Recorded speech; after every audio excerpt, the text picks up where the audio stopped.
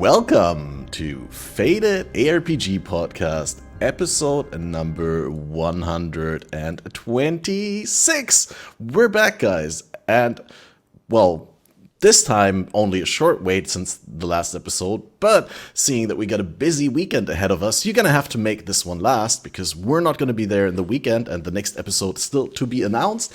But today we're gonna delve into a lot of fun discussions with friends that we've seen before. We got a new phase coming on, and we got tons of stuff to talk about because Balor is actually restarted in softcore trade.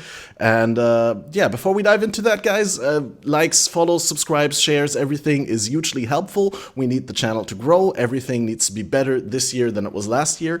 You know the drill. The people who purchase paid subscriptions will be mentioned on the end screen. And without further ado, we're going to dive into the episode. Welcome, Balor. How are you doing?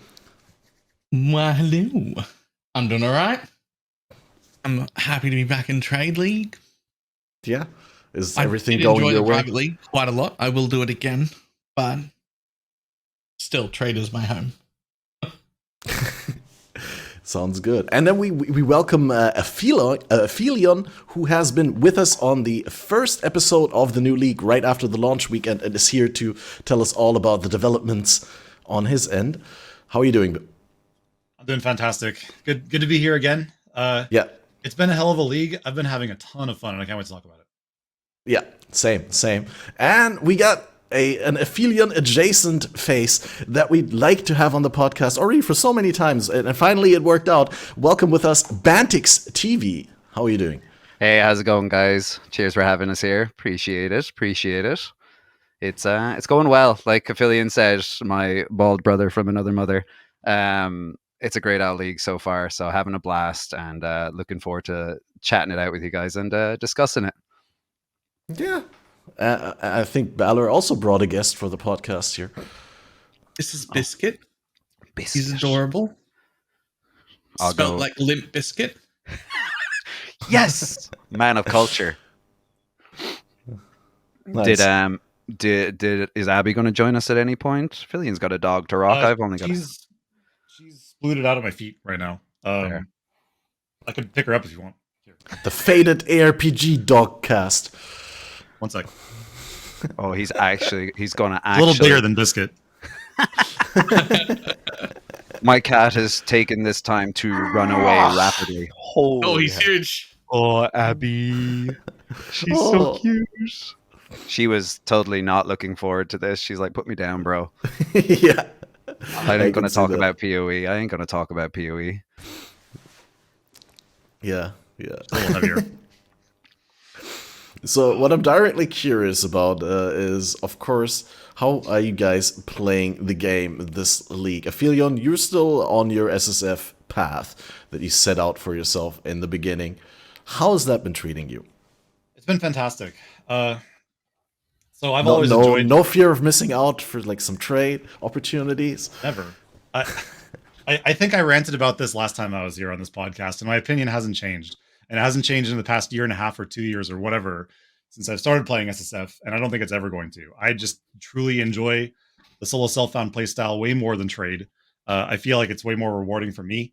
I love the small wins that I get from picking up something that was hard to get, as opposed to just going and securing it on trade, and just sort of it gels really well with the way my brain just naturally works. I like working on big projects with that I like to break down into smaller goals and figure out how to attack each one. So like I'll give you an example. Right now I'm trying to craft a sadist garb with 450 ES on it and a couple of other specific mods, and I'm having to spam delve for that to do the prefixes, and then the suffixes will be done with Jun, and then I'll finish with a craft, and then work on the implicits, right? Like I like to that's just one piece of the build that I'm trying to put together, and that's the kind of stuff I really enjoy, and it keeps me logging back in. So I'm really enjoying SSF. It's been a great league for it.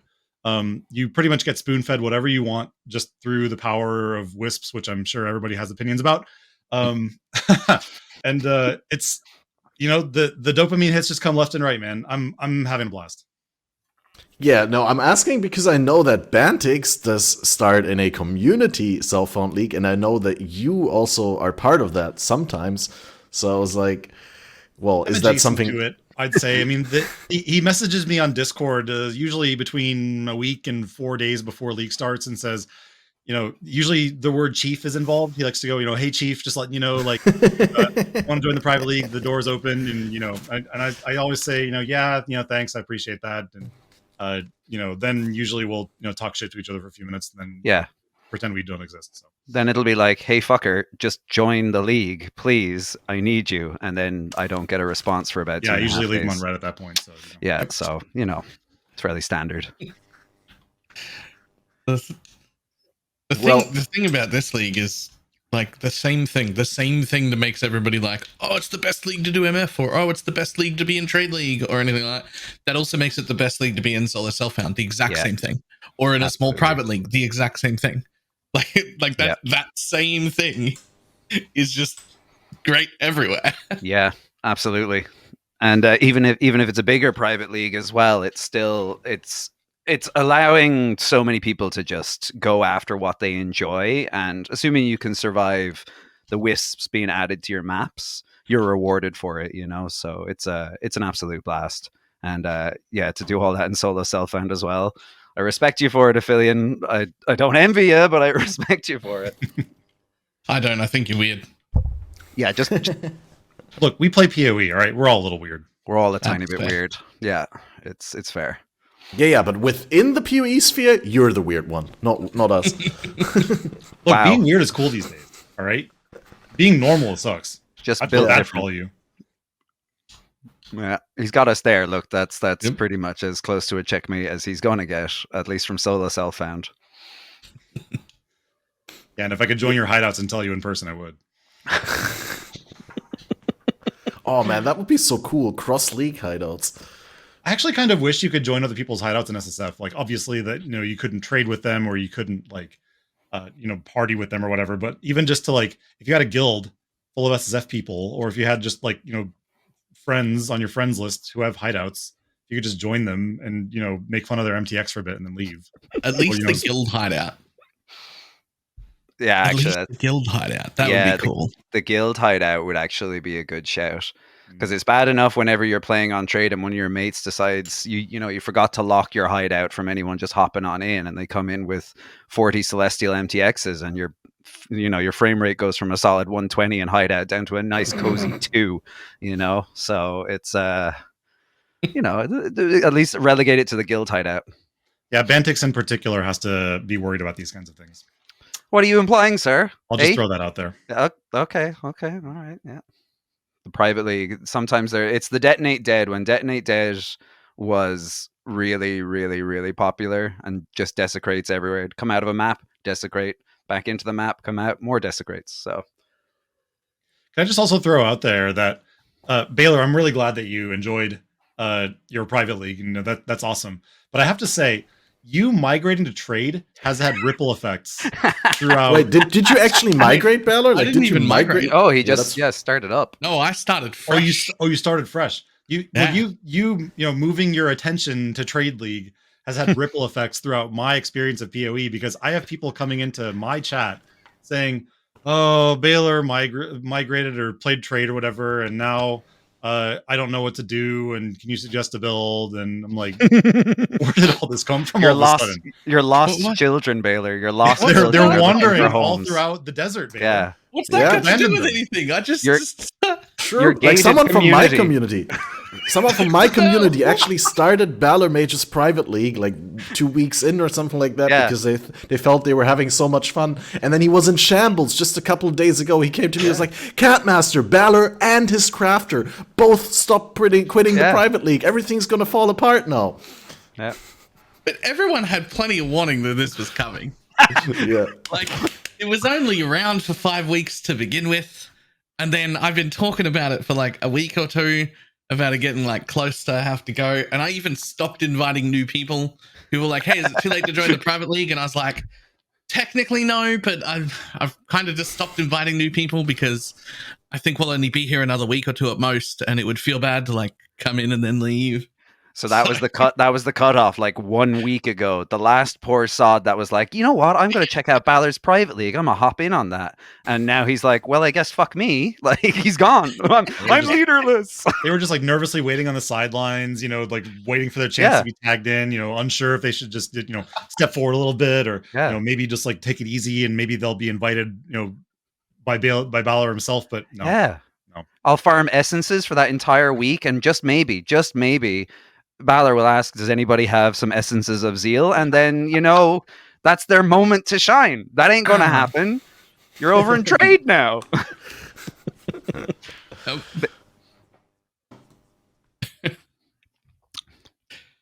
was a bit intense, to be fair. We threw him onto the cross there. I'll tell you what I didn't realize. I didn't realize that when I left within 12 hours, 2/3 of the private league had merged into trade. And I was like... /FF. Yeah. I was like, so many people. You're the cornerstone, bro. You're literally holding up that gateway. The moment you dip out, the whole thing just crumbles inward. Yeah, it's like an avalanche, though. Like, when people see, other people are leaving, and they already, thought, well, I'm not sure how long it's going to stay fresh when Balor leaves, and then what are you going to do? Look, it wasn't exactly like a William Wallace carry on the fight thing, was it? It was more of just... Everything just fell apart. We've also got a few really, really big ticket items from the private league, because the idea was everything gets handed around, everything is free, right? Nice. But keep a track of who specifically got the really big items, the headhunters, the mage bloods, that sort of stuff, because whenever they want or when it's over, the big expensive items should make their way back to... We've got several of those big expensive items just sitting in the private league guild stash. Yeah. Waiting to see the people who drop them again. Yeah. Hundreds and hundreds of divines worth of stuff. And they just haven't logged in several days. And you're just like, okay, well, I've got a list of names, and if I ever see one again, you can have the thing back. Otherwise, it's mine. Well, I mean... It's not even mine. I didn't merge to trade. I think I'm going to start Balor's private league now. It's potentially mine. People just locked in the private league waiting for their owners to show up and claim them. You're making it sound like lost pets. When are we personifying headhunters and mage bloods now? They have names. Yeah, they have. Name them. Feeding of your mage blood.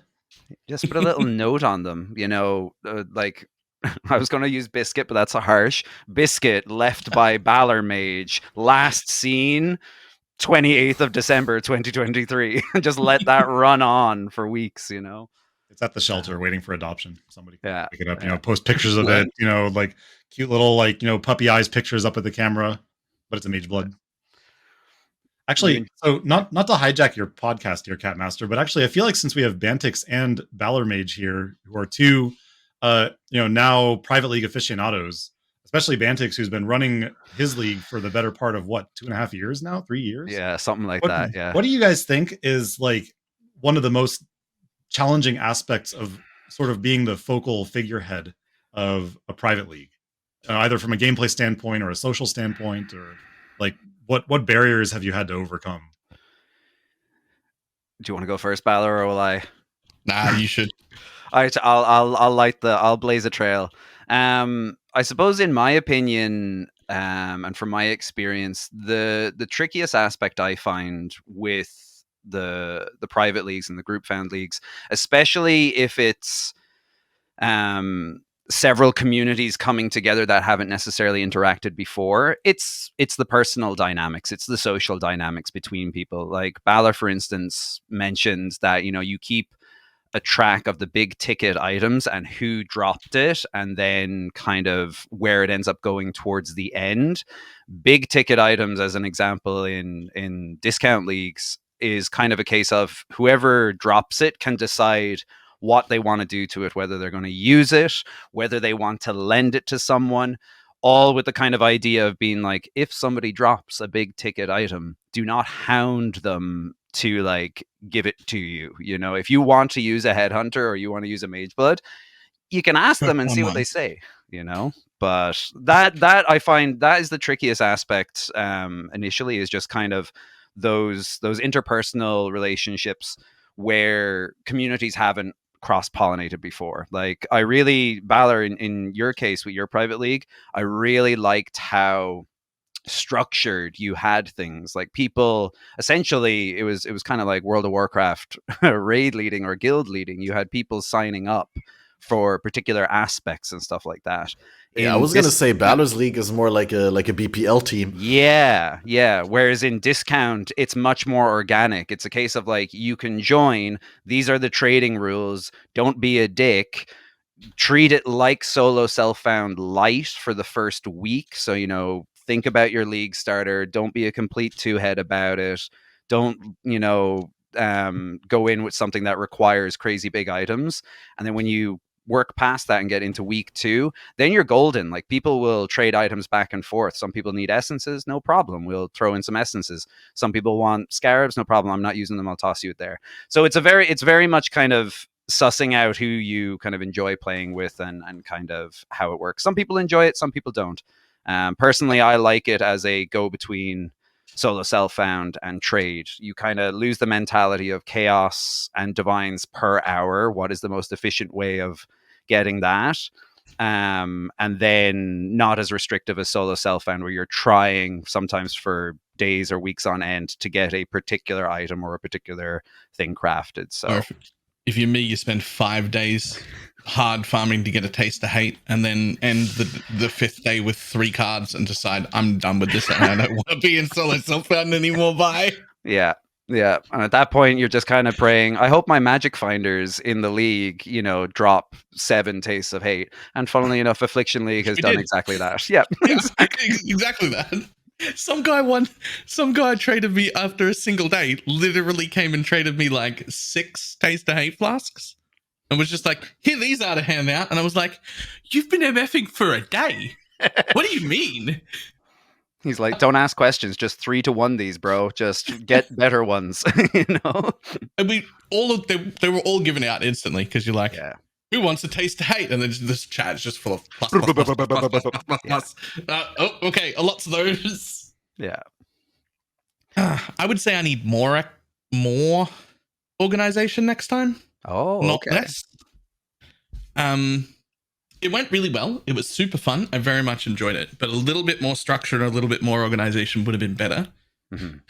Because there was a group of people, and I do think it's probably a minority, like definitely a smaller group of people, but there were a group of people who joined who didn't feel taken care of, who felt like they gave a lot and put stuff in the bank and never took anything out and never got anything back.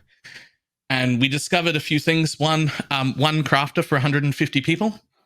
Not a great plan. Yeah. Our crafter did an amazing job, but you can't service 150 people as one person. You just can't do that. That's not possible. Probably need a few extra people helping out there. That's the start of it. And the second bit is we had a bit of the best way I heard this described was this was a squeaky wheel problem. If somebody was the kind of person who would ask for something once, they would probably just not get it, because they'd ask and then 40 other people ask 40 different things in the next hour and they never go back to ask again. Yeah. It'll be 3 days down later and all you needed was 1 exalt and you still haven't gotten it. And okay, maybe you could have found one on the ground, but you didn't, and you just needed 1 exalt for this thing. And meanwhile, we've crafted like 45 different really good items and handed them out to people, used 70 exalts and 50 divines in the process, and no one's handed you the 1 divine. And so you feel like, or the 1 exalt or whatever it is, and you feel like, well, what's the point of even being here? I'm just solo self-found, but I'm handing over all my useful materials. So it's worse. Yeah. And so there was a small group of people that felt like that. And it's not their fault. It's just because they're not the loud people. Mm-hmm. Whereas the loud people, that's the squeaky wheel. You get the piece of gear because you were making noise. You spoke up over and over and over again. Yo, I need this thing. Yo, I need this thing. Yo, I need this thing.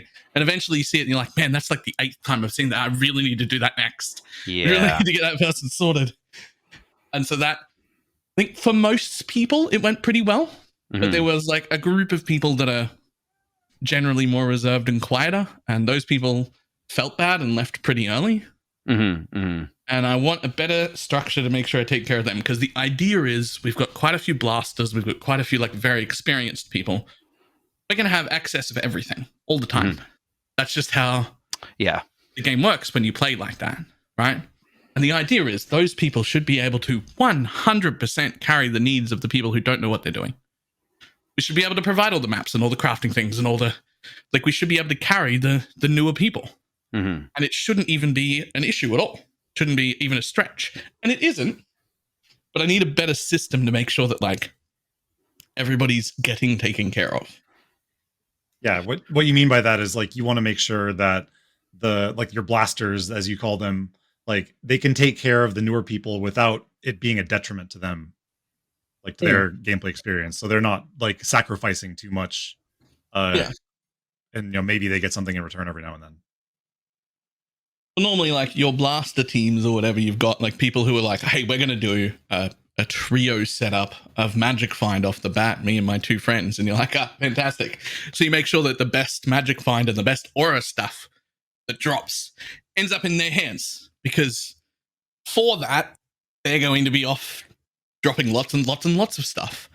In the private league, lots of stuff they don't need.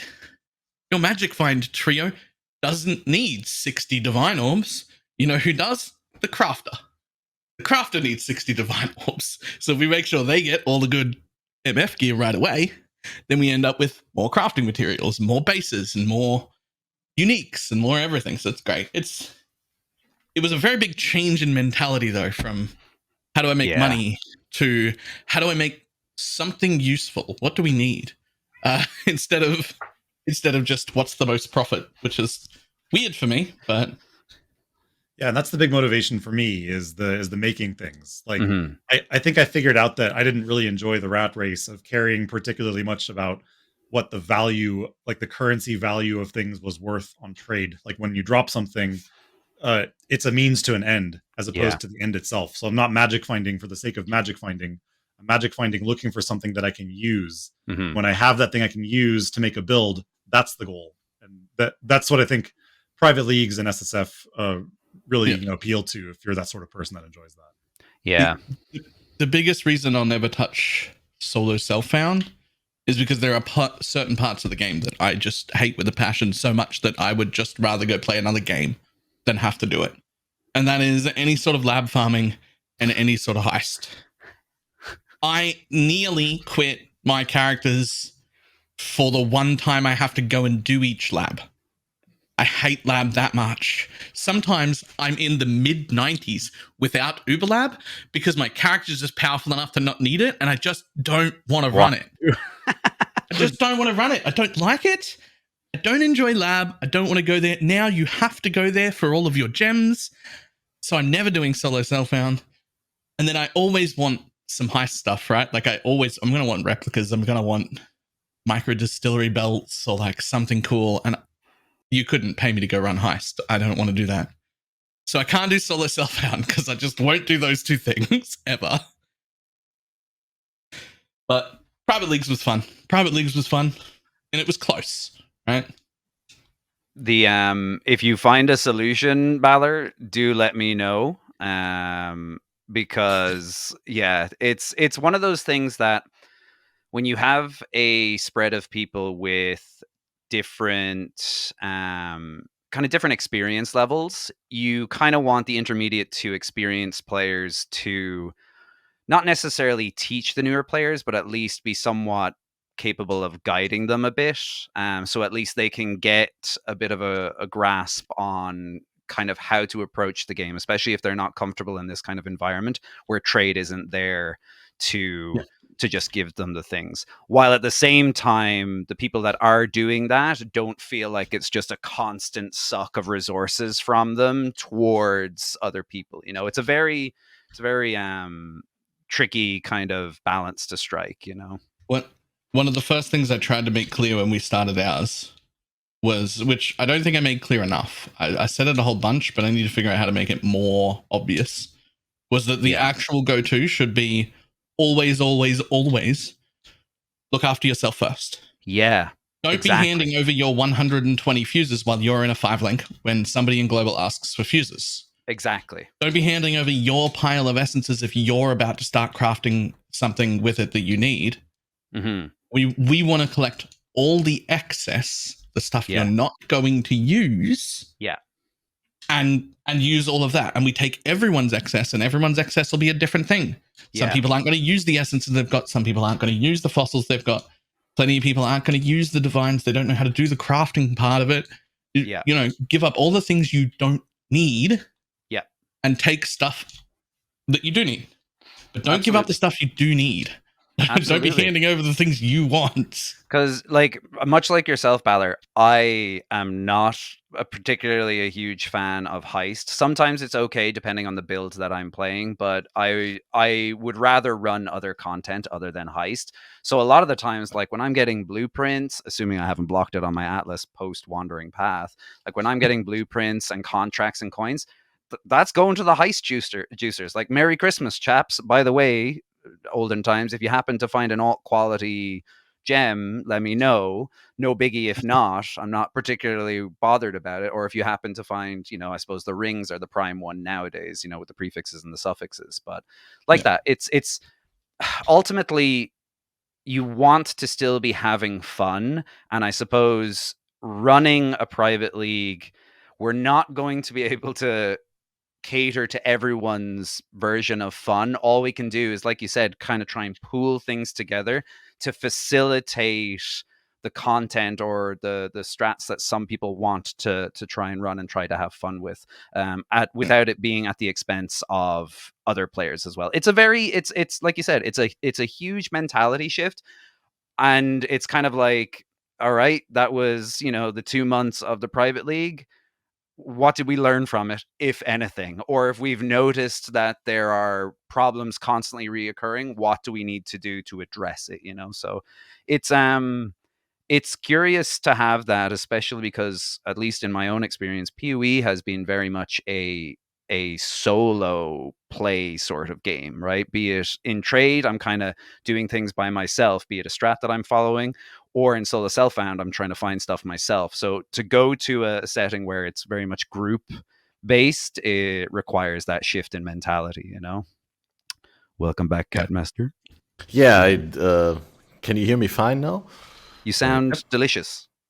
Oh yeah, I switch on the audio avatar while I'm fixing the microphone. Yeah, we seem to have some weird audio issues, which I couldn't reproduce here, and like people are telling me all over that it's getting worse, and so I figured that it might just be my computer for some reason dragging it down, and it seems to have been my computer, and everyone says it's fine now. So I just hope that I'm able to salvage this podcast in post before I upload it. That's going to be the big. Well, if you want, we can just redo the last 25 minutes. Like, that's not a problem. No, we're all streamers. We're never doing that. We're never I don't doing want to that. listen to Vantage rant about private leagues for that long. Word for word, exactly. I actually remember it all word for word. we could just go by the YouTube transcript. Read off the script. I read off the script. Yeah, we almost made it to the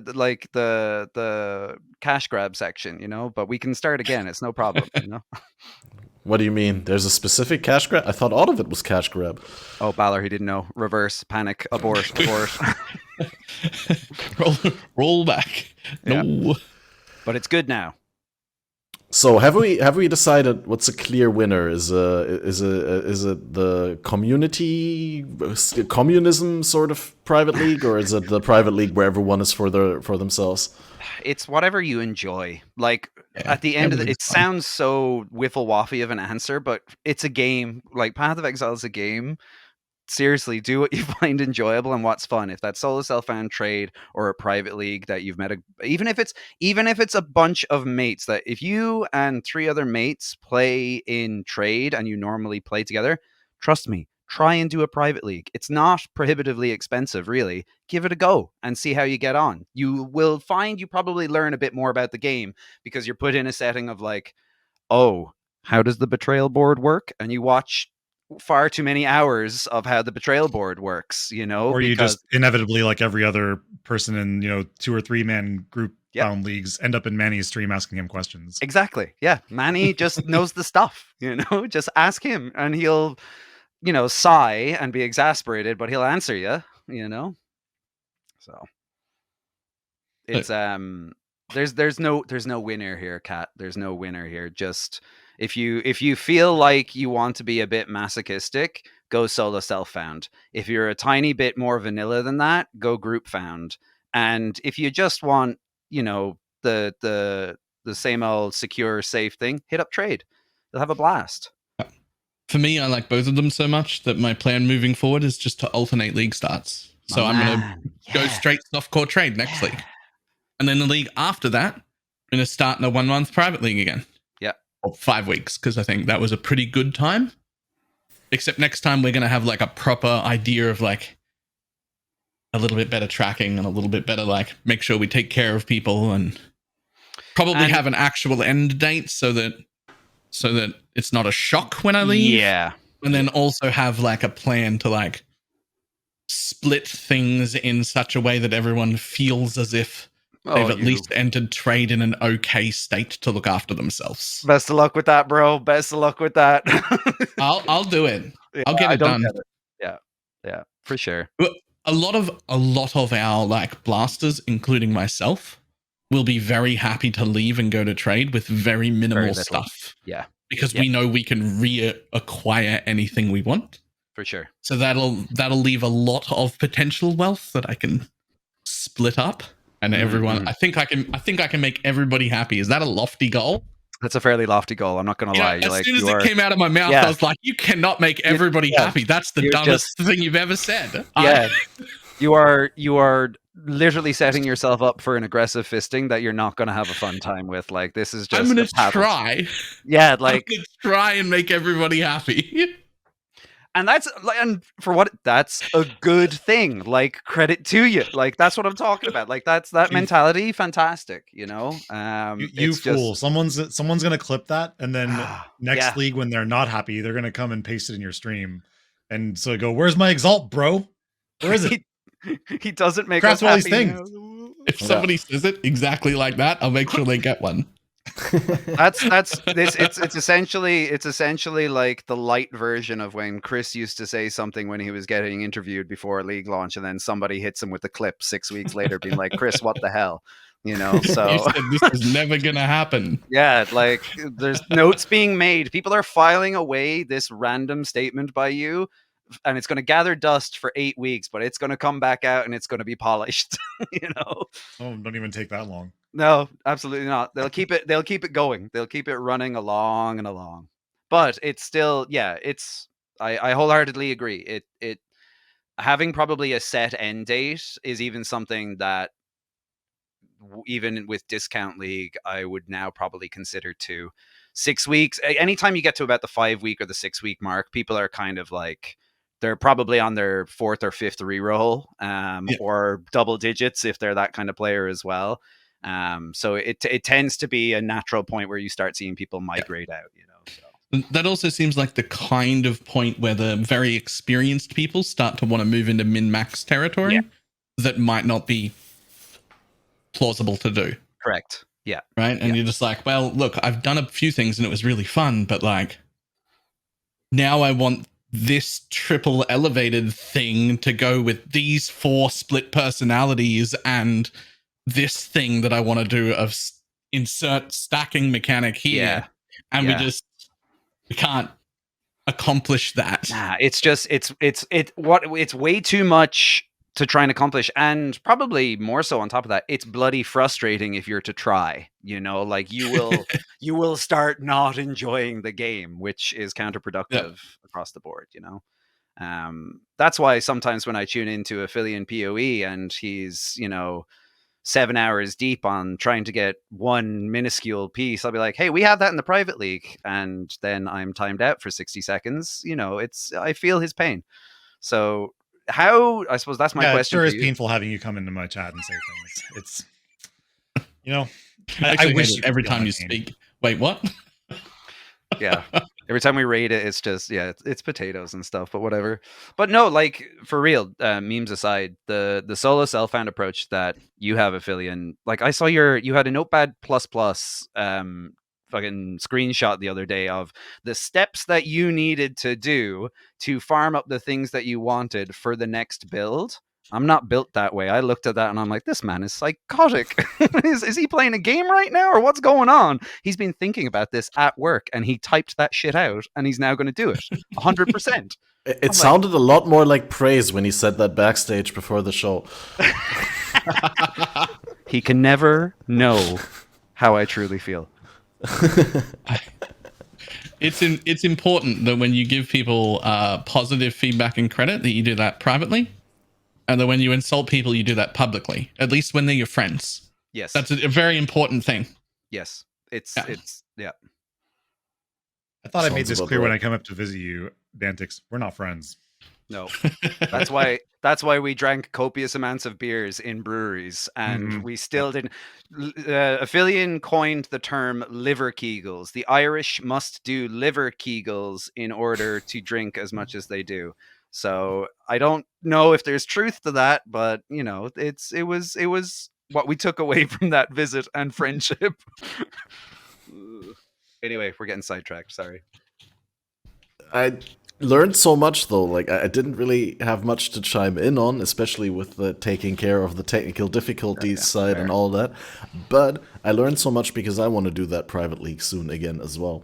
And it's been too long that I hosted one, so I was very, very carefully listening to the takeaways that you guys had. I remember the last private league, I think yourself and myself were in Catmaster, was Trix's hardcore on the internet. It's basically where we had a hardcore on the internet once. Yeah, that was Trix and Perry the Pig, and Aphelion, and it was good all fun. the cool kids. But like you even see like Zizarin and Steel Mage doing the Bro SF stuff as well. Like, and that's kind of where I always. Fair enough. The two of them play like 12 plus hours a day and whatnot, so they can get a lot more done. But it's an argument that you don't necessarily need large numbers of people for the private league setting to work. That's why you and a group of mates can do it. And like we've had discount leagues where 10 to 15 people have gotten so much done, especially if the rapport is really good. And we've had leagues where we've had 150 people and plenty has gotten done and plenty has been completely unhinged as well. You know, it's just absolutely unreal sometimes. Name and lights, the race for name and lights in a private league is a whole different kettle of fish when it comes to like versus trade. People are frothing to get the name and lights as they're leveling up, going through the zones, going into hideouts. It's like, calm down, guys. We've got 8 weeks. It's fine. It's fine, you know? So, highly recommend it. I guess when it's just so few other people, then you're just like, well, they can't possibly all be better than me. I must be better than someone, right? There's like, at least in something. There's like 3 or 4 people who are unholy at the speed at which they go through the campaign and up to the first 2 watchstones. It's crazy. Yep. And it's really, really cool. And it's always like, you know, you hit them up with a message, be like, how do you do this? And they'll give you a bit of insight, but a lot of the times it's just like, you know, think about what you're doing and do it better than what you're doing. I'm like, what? I'm always a kind of like, whenever you're struggling, just go faster. Just go faster. Just do better. You know, it's like that doesn't help me, you know, but at the same time, I'm also the kind of guy that's like 80% is good enough, right? You want that T1 movement speed? It's fine. Like the rest of the item is good. We'll settle for 80% and I'll come back to you in 20 days when I really wish that I had the T1 movement speed instead. Like stuff like that. You know, it's really about where you're comfortable with the game and what you want to be doing, you know, so. Hop on. I personally have the most fun with the game when I feel like I'm struggling. I always recognize that the moment that everything becomes easy, the moment the build becomes good, which you know, luckily that doesn't happen that often for me. But I noticed when I fight a boss for like 10 minutes and I die 3 times and portal back in and all that, that's when I'm having the most fun. Yeah. Well, it's also because that struggle bus. You'd hope as well that at that point you're kind of learning what is killing you, apart from like mechanical mishaps. Oh no, I've given up on that in Path of Exile. Yeah, I was gonna say, what game are we playing again? I'm still learning, apparently. Like, well, see, that's kind of the thing as well, right? Like when a build kind of comes online, a lot of the times, especially with people who may end up re-rolling a lot, it's probably not given it enough time in the oven to cook, right? The build, especially if they're following a guide. Or it was just bad, but yeah. Or yeah, it was just I mean, bad. Yep, that is also a valid argument. That's why you always, whenever you have somebody pop in and is like, hey, what do you think about body swap? And I'm like, I got whiplash. I'm like, body swap? Are we talking body swap totems? Please tell me we're talking body swap totems. No, they're like self-casting body swap. I'm like, dear Lord. So it's always a case of like, is this a build that you came up with? Or is this a build guide that you were following? And you kind of wait to find out which it is, because at that point, you're just trying to direct expectations and be helpful without being like, hey, that's probably going to suck balls, and you don't really want to go through the list. That balance is always the harshest. It's hard. It's just hard. Have you considered my approach? I just tell people that sucks balls. That's a terrible idea. I have considered Whenever I think it's bad, I'm just look at it and I'm like, yo, I don't know if you came up with this yourself, but you're not ready for build creation if you did. Yeah. Stop. This is a terrible plan, and then people get upset with me. Yes. It's just that part. I don't want to deal with that. Like, honestly, Balor, from what you're saying, now I can safely be like, hey, you know who's really good at giving guidance on whether or not your build is good or not? Just head on over to BalorMage. Like, he'll be online in like 7 hours, and he's got you. Trust, you got. And then intentionally send the bad builds to me. Yeah. So like, essentially, you are like the studded fucking like paddle that I need. So I'll just send them. They'll go to you. You'll hit them with the reality, and then they'll come back a bit sad to me, and I'll be like, "Wow, that's unfortunate. Shame I didn't look at it." Anyway, back to blasting. Like. But I Yo, Aphelion, by the way, the sharing builds and the POBs made me think. You asked me for that Trapper POB because you wanted to try and see whether you want to do that as a boss killer in SSF. Did you end up doing that one, or did you go for a different boss killer spec? I didn't. After I started magic finding some more, a lot of new items fell into my lap, and I've ended up deciding to go with Arc, the Arc of Surging, which uses that interaction with Hydrosphere that's probably not intended. Definitely not intended. That probably, not going to exist ever again. But, I think I got baited by the video that Jungron put out about one-shotting Hydra. And wait, can you be very clear for those of us who don't know about the interaction? Which interaction, and why do you think it's bugged? So, I know that there's something with Arc. Sorry, go for it. So, you can see this in both Ziggy D's video about his Trickster and Jungron's video about his Assassin. But basically, when you use Arc of Surging, the transfigured version of Arc, instead of chaining, it splits towards a bunch of different targets at the same time. And when you cast that at Hydrosphere, the gem explicitly says, like, when you cast it, it can't hit the target more than once. But for some reason, when you cast it at Hydrosphere, all of the split beams can hit the same target. So you end up hitting the same target something like 40 or 50 times when you use like Unleash or whatever, or what have you. So I'm planning on playing that as a Trickster, but I'm sure there's other heresy you can do with it as well. Like if you were somehow able to get like mines or traps to work, I'm sure some crazy person can go envision that. But I'm just like, I noticed Al Kaiser was playing a version of this in HC before he unfortunately ripped to some serious bullshit, which was very unfortunate to see. But I think I can make it work pretty well on SSFSC as long as I can get the gear crafted. So at the time that you shared that build with me, I hadn't dropped a Ralakesh's Impatience yet. I hadn't dropped a Void Battery. Very nice. I hadn't dropped what else? All the other basic stuff you need to make. Badge of the Brotherhood. Badge of the Brotherhood. Yeah. So I have all that stuff now, and just the build just kind of falls into place from there. Yeah, that charge stacking is so powerful. It's kind of crazy how Ralakesh's Impatience work now. It's a backbone for a lot of builds, from what I've seen. Even just like casually glancing at PoE Ninja, it's a backbone of a lot of things, which is it's kind of cool. But anytime you see Ralakesh Impatience, I'm like, oh, I see what we're doing here. We're going. Well, like the thing is, it's so silly because it like directly mitigates the natural downsides of charges as a balance point, right? Like, because charges are balanced around being not always up, right? The downside is you only gain them sometimes, and like they're only temporary unless you invest into it somehow, somewhere. And even then, there's some moments where you don't have them all up, and then Reliquous Impatience just turns them all into permanent stats. Yep. Without any question.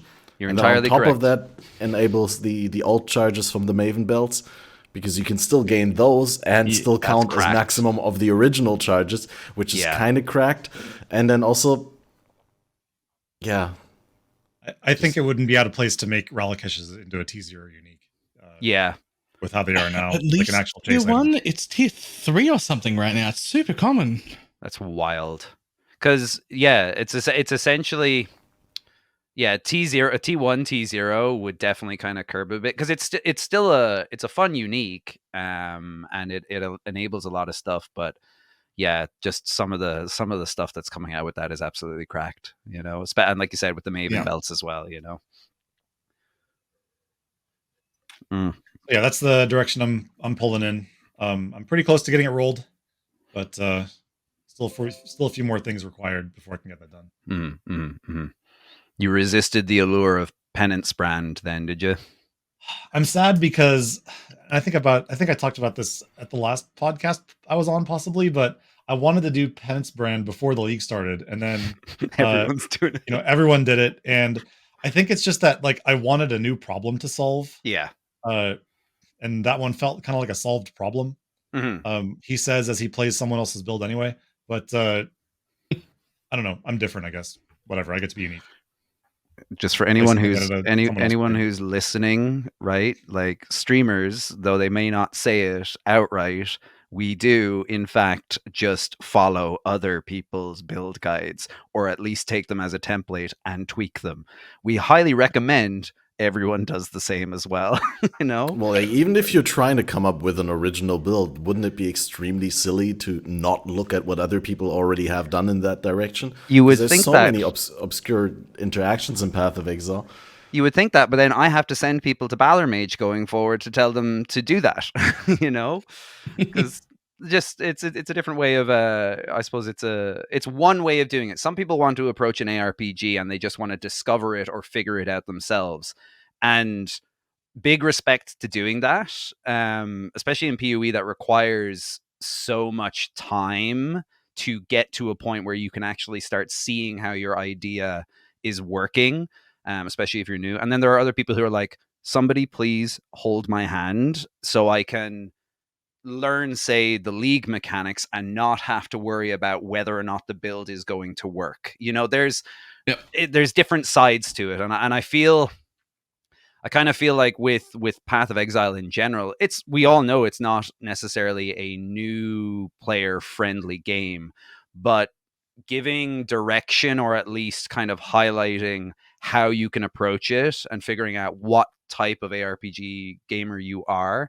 can kind of help set you on a path that you'll at least be enjoying whichever you're doing, be it following the build guide and slowly getting better and better and better at learning the mechanics, or throwing your face headlong into wall after wall after wall, because if you hit the wall hard enough with your head, you'll eventually go through it, So it's whatever tickles your pickle. I think the important thing there is to set expectations, though. Like to pull on that thread a little bit that you started there. You mentioned the word discovery, and I think there are plenty of players that enjoy the process of discovery in an ARPG, and like to roll new characters once they hit level 37 or whatever, and try going down this tree instead, and just like explore the sort of diversity of archetypes and skills within certain archetypes that that our ARPG has, and then they might drop it and go to play another ARPG. But a lot of the frustration, I think, comes from then going and watching Twitch and seeing, and again, like both Chris and Jonathan have made this point on various podcasts throughout PoE history. People like to go on Twitch and see what a streamer is doing and feel connected to that somehow. Like, I should be able to do that. But their lane that they've sort of set out on, and the way the way their enjoyment works, is that they like to explore. Whereas, the thing that they're watching is akin to like, getting mad that you can't play, I don't know, Aladdin as fast as someone at GDQ can. Yeah. Like it's a very different lane of practice. For sure. I think they're like I'm not sure that there's anything really that like a game dev in general, never mind GGG, can do about that. Nah. Like, so while while exploring and experimenting and discovery is really cool and really great part of ARPGs, at the end of the day, I think it's a personal responsibility of people to, if they have an idea and they want to pursue it, be real about their expectations. And if you're going into Bantix chat and asking him if body swap is viable, I mean, probably, like, if he tells you no, then you can still play it. Just be realistic about what it can do. Yeah, exactly. It's like, it'll get you through, as we all know, it'll get you through the campaign. How fast it gets you through the campaign remains to be seen, but it'll get you through. It'll then just be a case of, if you have expectations of doing uber pinnacle bosses, you're in the wrong lane, like Maybe Aphelion don't. says. Maybe just don't.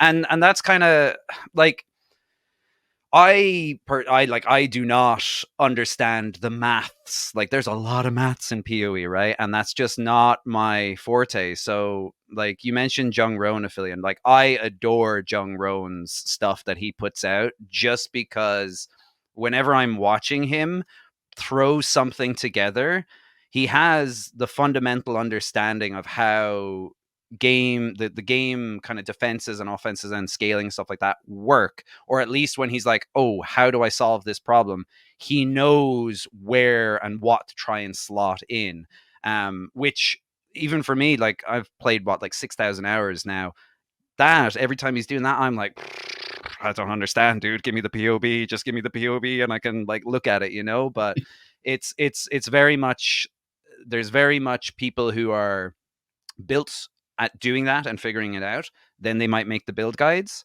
and then or people who are then not that way inclined then hopefully can dissect it and kind of understand it. And I imagine, at least when I'm streaming, trying to walk people through tempering their expectation based on whatever build they're following or what they're trying to achieve tends to be half of the job more than anything else. Like, I want people to enjoy Path of Exile. It's a good fucking game. Like, there's very few games that rival it in terms of the content that it offers and the fun you can have with it. But holy Christ, do you have to like try and put blinders onto people to just like trust, just walk in this direction for a time. I trust, I'm not walking you anywhere you don't want to walk, but you gotta walk this way for a time. And I usually don't like to interrupt a lot, but like, you're really good at like just adding another sentence and another sentence and another sentence, and I just have to hook in here because there were some things that I wanted to talk about,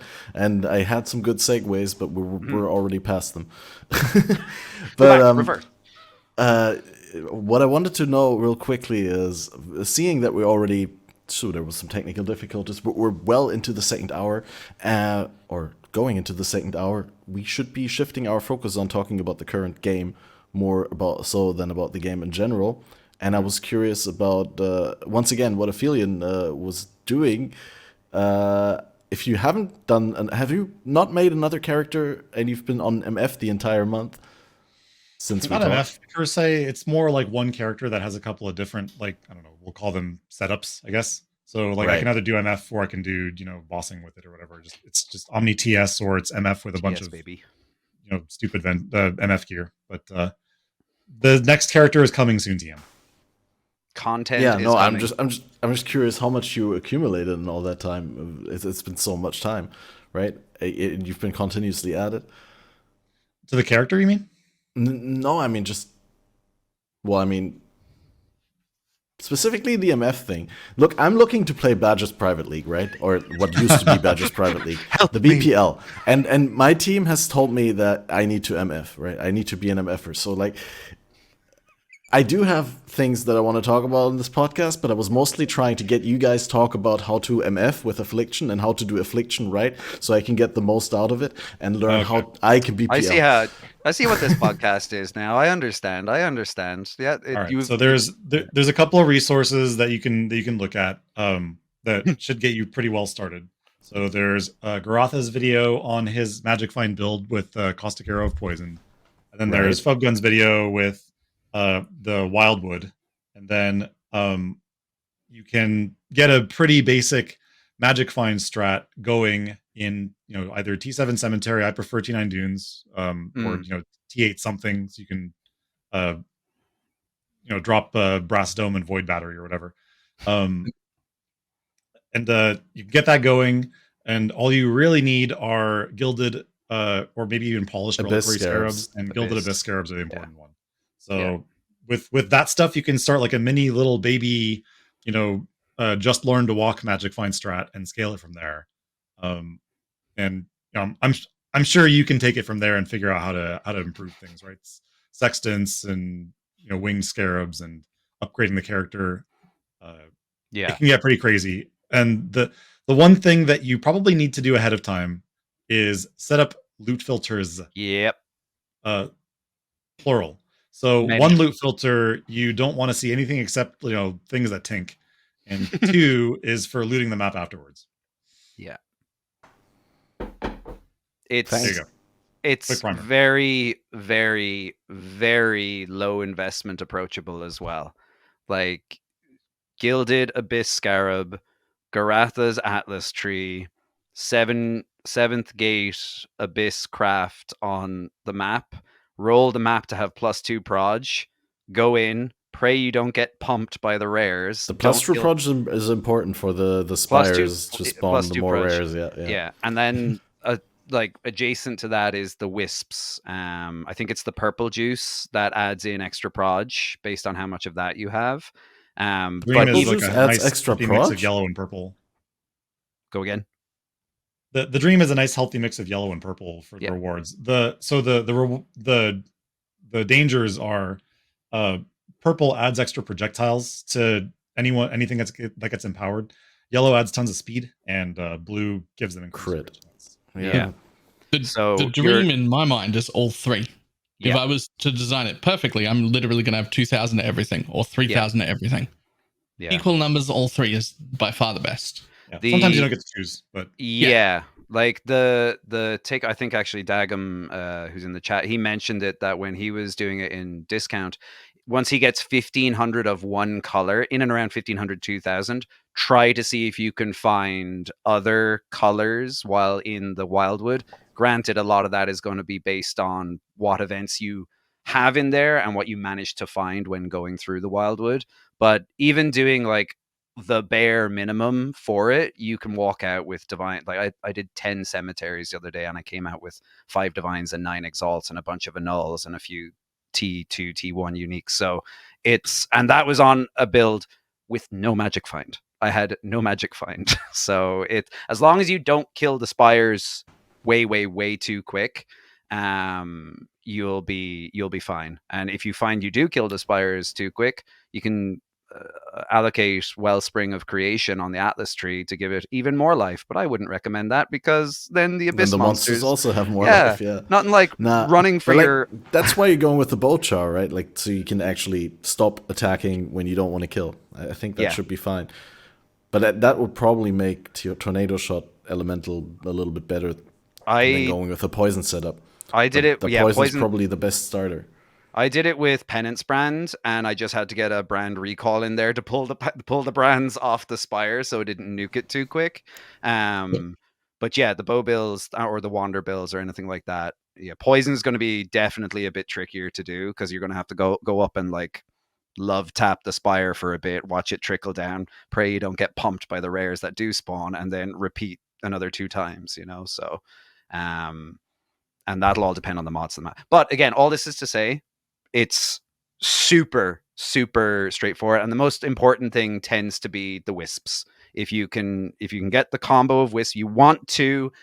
It's GG if you can get 3, but 2 you want to mix. You want to mix ideally. So it's crazy. Sometimes it just doesn't work out with the wisps. Sometimes you just get like 2 NPCs and then it doesn't. Yeah, I'm sick of seeing the Warden, dude. I'm sick of seeing the Warden. I'm like, I get it. Like, you were good when I was in Act 3 and I needed to just zoom my ass through this campaign, but I need to not see you anymore. So, yeah. Or the quests itself. But, like, I saw Baylor the other day while he was leveling his Wander, had the joy of trying to find the yellow monsters before maps. Ooh, nothing like getting 26 of those out of 4,000 while you're in That the is campaign. just painful. Those quests should be once-off things, by the way. Yeah, Like once per account or whatever. I still haven't found the king for my third charm. It's been that rough, and I've specifically not followed Wisps to try and find it as well.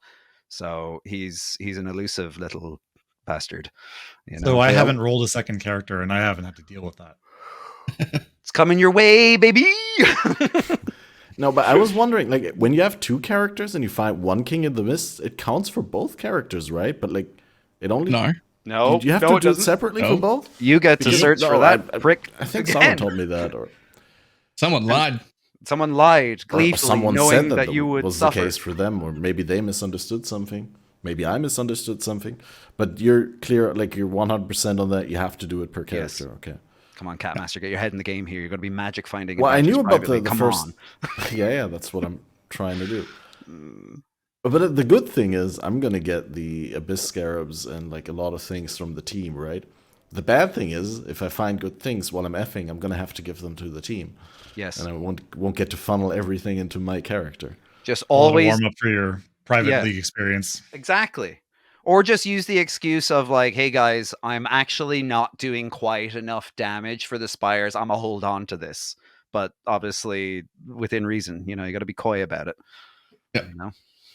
Yeah, I mean, certainly if that's the good thing. If I actually find a headhunter, then it's like probably best use on me, right? Well, the other side of it is you're going to have crafters as well, right? So in order for you to do better and harder and more magic finding, they are also going to want to funnel gear to you, much like Balor was getting in his league as well. When you have the dedicated roles, it should make the process a bit easier. But yeah, the first 2 or 3 days are definitely going to be a fun experience. Just you'll be making friends with the ground, and 6 portals are there for a reason, 6 extra layers of defense. 6 extra layers of defense at the healthy cost of minus 10 XP every single time. But XP is a myth once you hit 90. I generally find it's pretty easy for me to get to about level 96.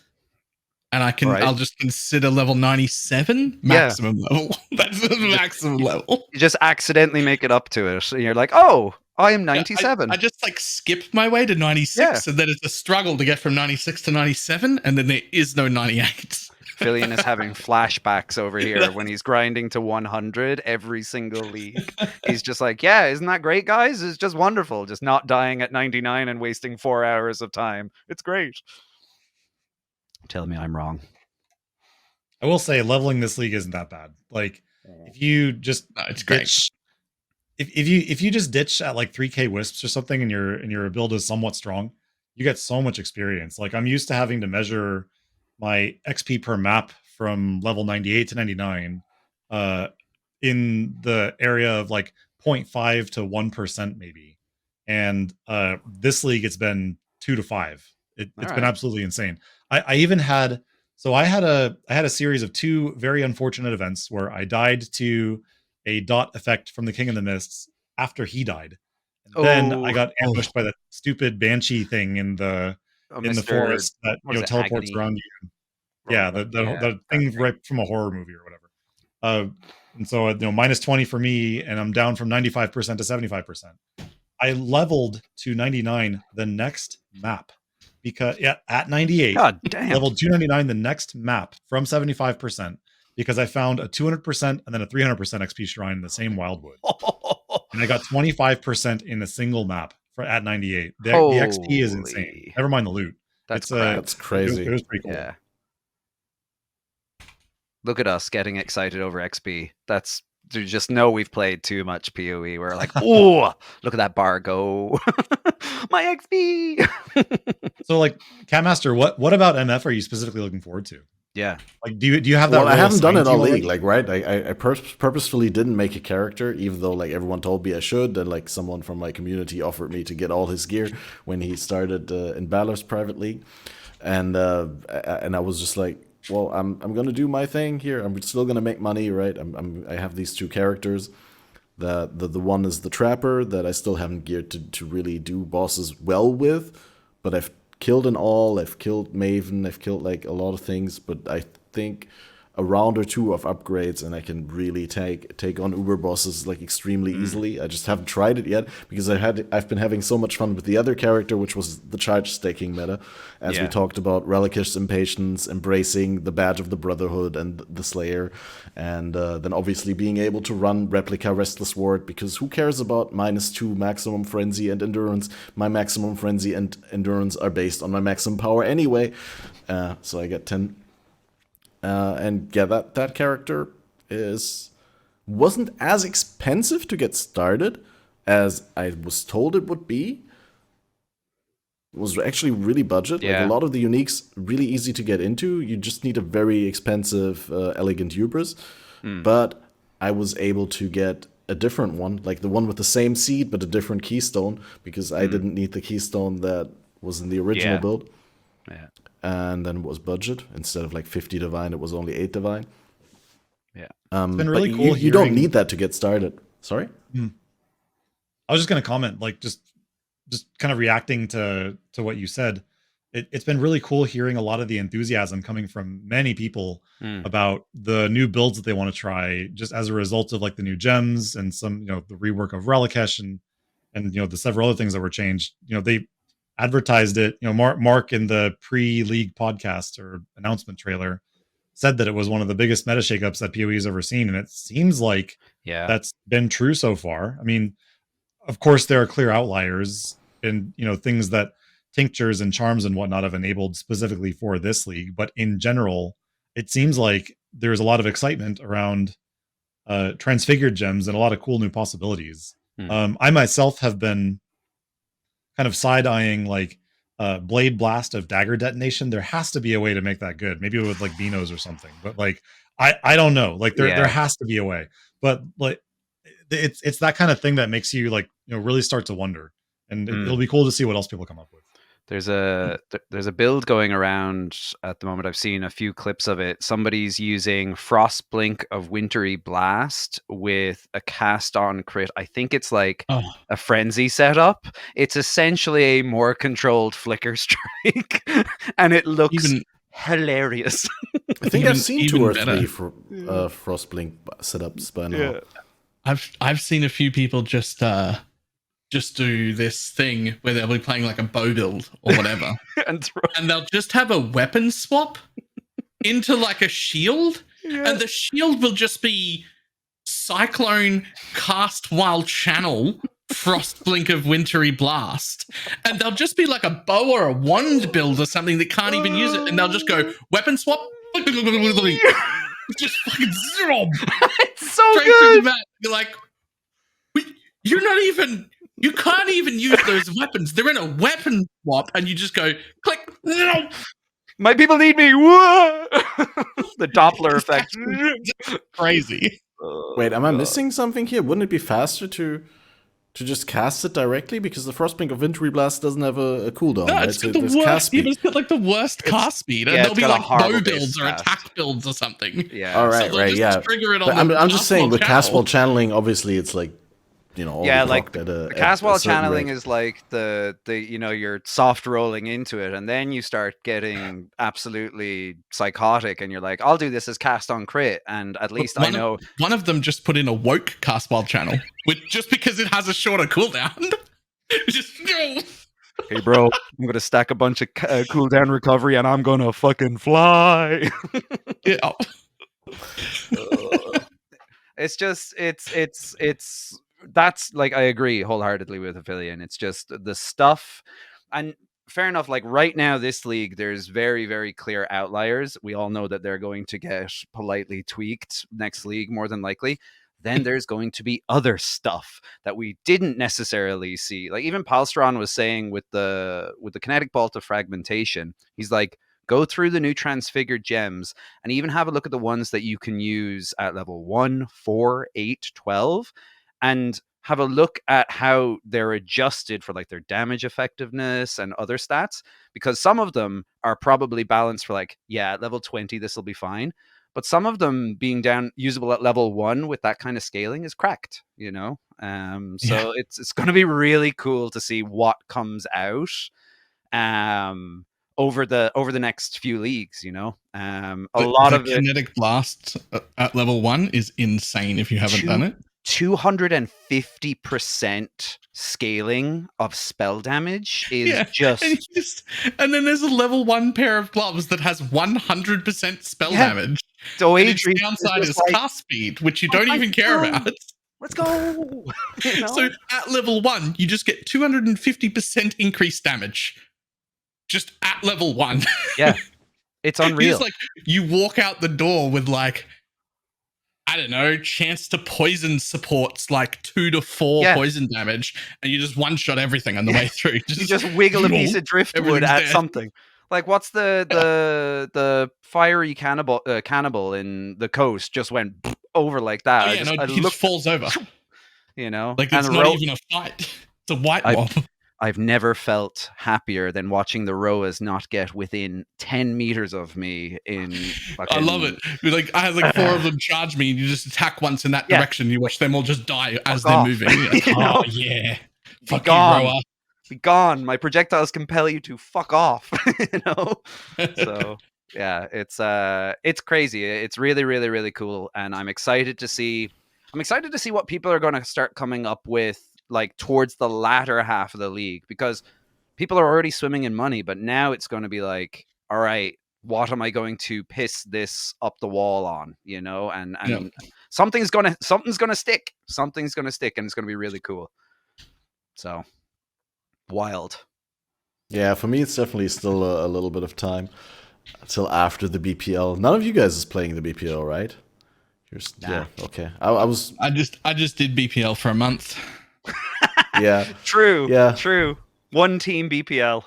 To be fair, like I really thought about like not doing it because I didn't want to burn out, and there's so many other things to do in regular league, but I haven't done BPL in like 2 leagues, and I don't want to get completely out of it. So I was like, yeah, this one I do again. Plus, there's people in my community that are excited about it, and it's always a fun time. It's just I have to take care to not burn myself out too hard. Yeah. It's a prime example again of like when you have like big community stuff like that, be it the BPL or any races or events or anything like that. Don't know what's happening with Gauntlet, that kind of stuff. It's cool to see the community, even if you're very, very lightly like aware of it, it can still be fun. You know that there's going to be some quality shenanigans to be had in it, you know. So I hope you have a blast, man. Yeah, what are the team names? Thorns is one. What are the other team names? I think Thorn, Claw, Rot, and something else. Ooh. Very, very... Pretty cool. Yeah. I like how they've done, how many, like 20 of these? No, 13, 14? And they always come up with new, like, interesting themes and, like, logos for the teams and all that stuff. Yeah. But we've done an entire episode on BPL, so we shouldn't get stuck on that. No, all good. Put on the blinders. Let's go, Catmaster. Where am I going by? Has any of you guys watched and I'm ashamed that I haven't yet, but the new interview with Ziggy D and Jonathan? Yes. That was the best one Rory. Was it? Right. It was good. I have not. Yeah. Really good. Really you good. Have some takeaways that you want to share? Or like, imagine I haven't watched it yet. What can you say to get me excited to watch it? Here's my number one takeaway. Of every single interview that ever happens from anybody ever, Ziggy D is the best host. Yeah, agreed. He is so good at directing the flow of an interview. So much so that it feels like he's got proper media training, not just some streamer. Like I don't know if he knows how many miles in front of everybody else he is as a host. Oh, it's night and day. But it is insane. None of us compare. Yeah.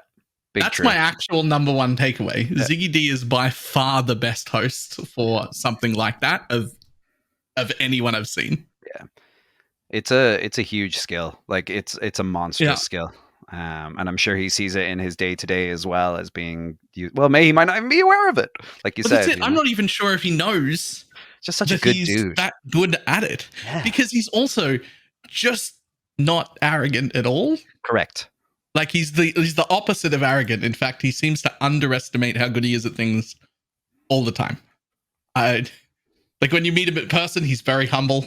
Yeah. And that probably helps. That's probably helping. He also, I don't know, but he's really good at it. he seems what I kind of really like about him as well is he seems to realize that he is a conduit for information from GGG and those figureheads to us, and he takes that, he takes it seriously. He very much tries to get the information that we are looking for, tries to get the information that we're looking for, and in a very gracious and humble and professional way. So thank God the community has him. It's phenomenal. Oh yeah. Yeah. So that's your big number one takeaway. The talk, correct me now if I'm wrong, the talk was specifically centered around PoE 2. Is that correct? Yes. Since Jonathan was involved, right? Yeah. And there was quite a lot of good information in there. Great. Quite a lot of exciting things that have immediately escaped my mind. Of course. But I remember being excited several times. Yeah. In this second, I've forgotten absolutely everything I was excited about. Yeah. I'm sure I'll remember them when this is over. It's really cool to see how hyped Jonathan gets whenever he's asked about PoE in general, but then specifically PoE 2.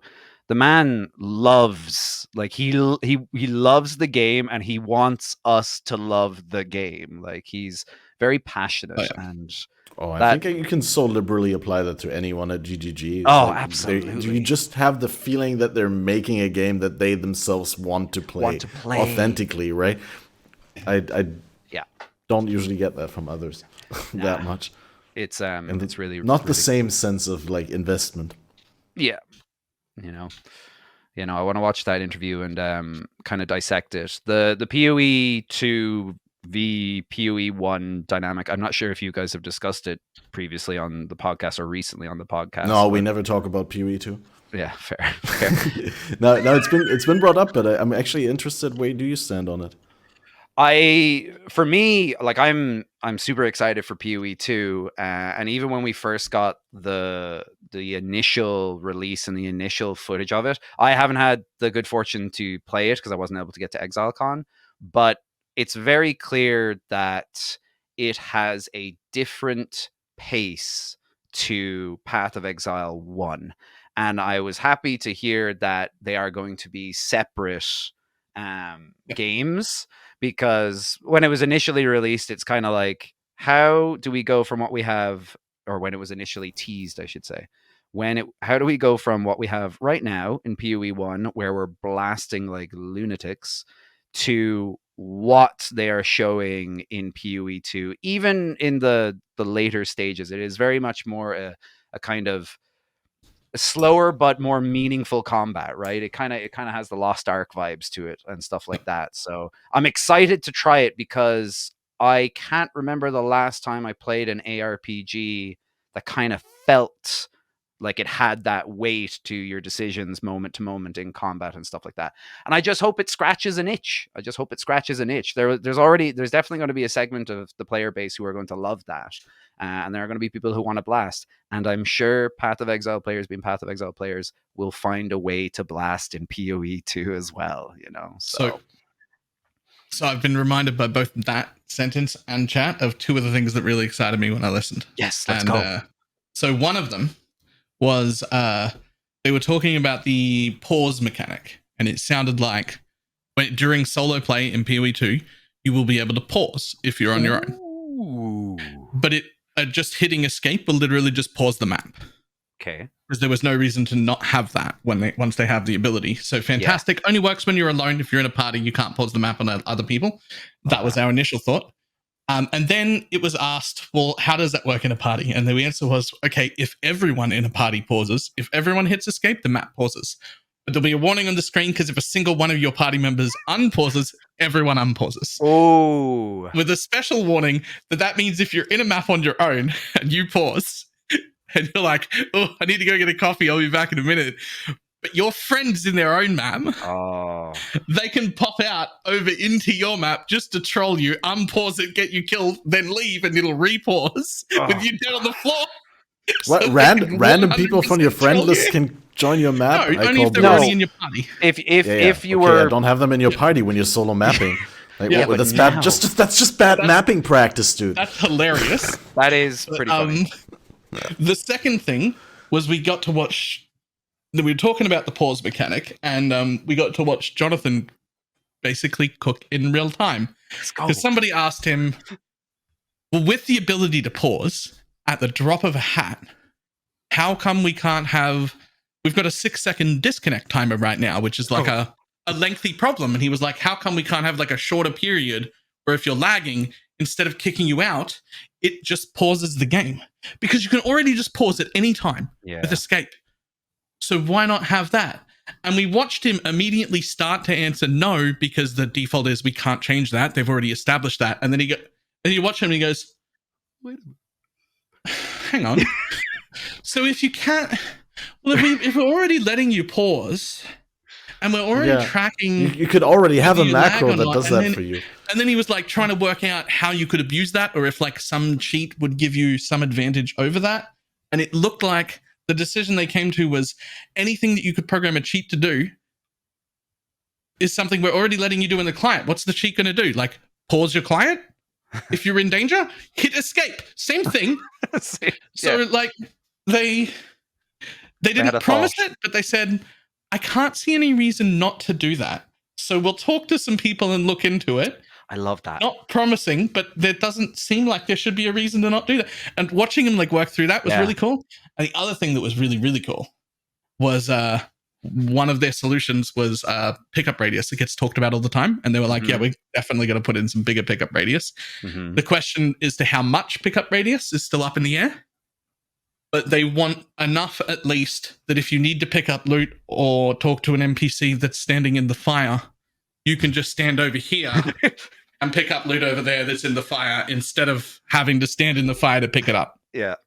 That Which is part was very so cool, and like seeing like two different and like kind of disparate seeming problems that people often have with PoE start to connect with one solution. Like that's one of the things that I really admire about these guys, and especially hearing Jonathan talk is just like hearing these things that they've brewed up in the background, where it's like, wow, you guys really do think about this stuff all the time. Yeah. Yeah. And they're receptive to hearing our input when it is delivered in the appropriate manner and in a practical, usable manner as well, which is super, super cool. I love Jonathan. Jonathan's just so good. He just gets so pumped over everything, and you love to see it. Right, I'm sold now. I need to go watch that interview soon. Yeah, same. Was that just that was just with Ziggy, was it? Was there one, or was it with Noogie and Rise as well? Noogie and Rise as well. Yeah, Cool. Solid. They were both really good as well. Like, Yeah. it was actually the whole thing was like the best interview. It was a so great far. interview, definitely. Yeah. I'll echo what you said about Jonathan. Like, it's just so good hearing him talk. He offers a pretty refreshing sort of approach to speaking with a community or with a broader group of people that you don't often get. From the very polished and finely crafted presentations at whatever other conventions from other video game developers and such. Like, he just sits on a couch, holds a microphone in his hand, Just says, "Yeah, this part sucks, and we're gonna fix it." Yeah. It's refreshing, and honestly, I'm really glad we have access to that now. Yeah. It is surprisingly nice to hear any developer say, actually, that sucks. That was a mistake, and I wish that didn't happen. Yeah. And you're just like, yo, hang on. That's how we owning all feel. up. Let's They go. get the thing. They Yeah, understand the they problem. understand. Yay. Yeah. It's like it's like just acknowledging it. It's such a good communication to have, just like, okay, cool. They're aware that it sucks, and we will do X, Y, and Z maybe, and hopefully we see changes coming down the road. But yeah, no, it's super, super, super cool. I mean, now you're praising those guys so hard. I need to say that I also really enjoyed that aspect of like Mark Neon on the DM and Gazi podcast, because it feels he's so much in tune with like how the game's being played right now. Like he knows exactly what's going on, what kind of strats he's using those strats himself. Like he was saying, like I just played it last night, right? And they're very aware of the things that we experience and the complaints that we currently have with the game, but they also see the duality of it all. Whereas if you take something away, like you gain something on the other side, but if you want to make something better here, it has to be worse somewhere else. Mm-hmm. And yeah, it's really, can't really wait to see their take on the game in PoE 2 without having to take into account that they don't want to alienate the existing player base from PoE 1, because that was obviously the biggest problem when you just brought it up. They made it one game, but previously on the first announcement, we thought it was the other way around. We thought it was one game, and then they made it two, because that would have been the biggest problem. Is like, how do you tell all the people from PoE 1 when PoE 2 comes out, when 4.0 drops, that all of a sudden it's reset? I don't think you could. Game is just. I don't think they could have, and I think that's why it is now the way it is. It's just kind of like, how do you equate these two different things to be at least digestible to somebody who, because there are people in PoE 1 right now who miss the glory days of blasting. Those temp chains, I want it back. Right, like exactly, right here, and I want to stare at my foot all day. Your character's knee is like the most prominent thing on the screen. Like, oh my god, that Shin MTX. It's really hitting right. It's just that kind of, like, you want that itch to be scratched. And I think when we initially saw PoE 2, there was not an obvious answer of like, how are you going to scratch my itch, Chris? Like, where's the speed? Where's the juice? I got to go fast, and now they have decided, you know what? Let's just give them both, depending on what they're feeling on the day, So the mental gymnastics I have about that is, I kind of liken it to, PoE is, super fast, blazing quick movement speeds and all that. I don't think that the fact that they're trying to slow down the pace of gameplay in PoE 2 compared to PoE 1 is necessarily going to mean that it's going to be less exciting. Agreed. Like, take, the Vampire Survivors series of things, games nowadays. Like, you move at a glacial pace in that game, but the screen is so full of enemies, and all your little little micro movements and like small adjustments that you make, that you just barely dodge that attack or barely dodge that projectile or whatever. Like, that stuff is exciting too. Yeah. And I think it could just be a different kind of excitement, but I think it might be that it's just as much of an adrenaline rush. It's just that it's a bit more comprehensible what's happening on the screen, as a result. And again, maybe mental gymnastics, I don't know, but I'm hopeful that it turns out that way. It's worth giving it a try. Like, I feel like that's the bottom line. Like, if you like PoE 1, just give PoE 2 a try, and you might be surprised. The same way you might pick up any other game and you might be surprised, So yeah, it's just, I don't think it's too much mental gymnastic to think that there's going to be something satisfying and enjoyable and will scratch the itch that you want in some way, shape, or form from PoE 2. It's really, again, we kind of circle back to it. It's about expectations and tempering expectations towards what you're hoping to get out. If you're going into PoE 2 expecting PoE 1, you're shafted from the get-go. You might get some of it, but yeah, it's just expectations, right? This could be a slightly cooked take. I don't know. But I think, as somebody who's normally like a blaster at speed thing, I don't think blasting at that speed is actually the thing that makes the blasting fun. What it is not about how quick I'm going. It's about how much quicker I'm going than you are. So if you slow the whole game down, it actually only matters to me that I'm still faster than you, not what my actual speed is. I love that. I love that. because that is such a radical different approach to how I look at Path of Exile. As far as I'm concerned, how somebody else plays the game is like it has minimal impact on how I play the game, or rather really enjoy. So hearing that, it's like, yeah, that makes sense. And that's why there's the racing community. That's why you have people trying to push as fast as it can. But I love to hear just, you know what? You're fucking slow and I'm faster than you, and that makes me feel good. You know? But that's sort of the thing, is it's just that I don't really care how fast I'm going. I care that the average speed is significantly slower than what I'm doing. If the whole average comes down, then my speed can come down too, and I'm still going to be just as happy about it.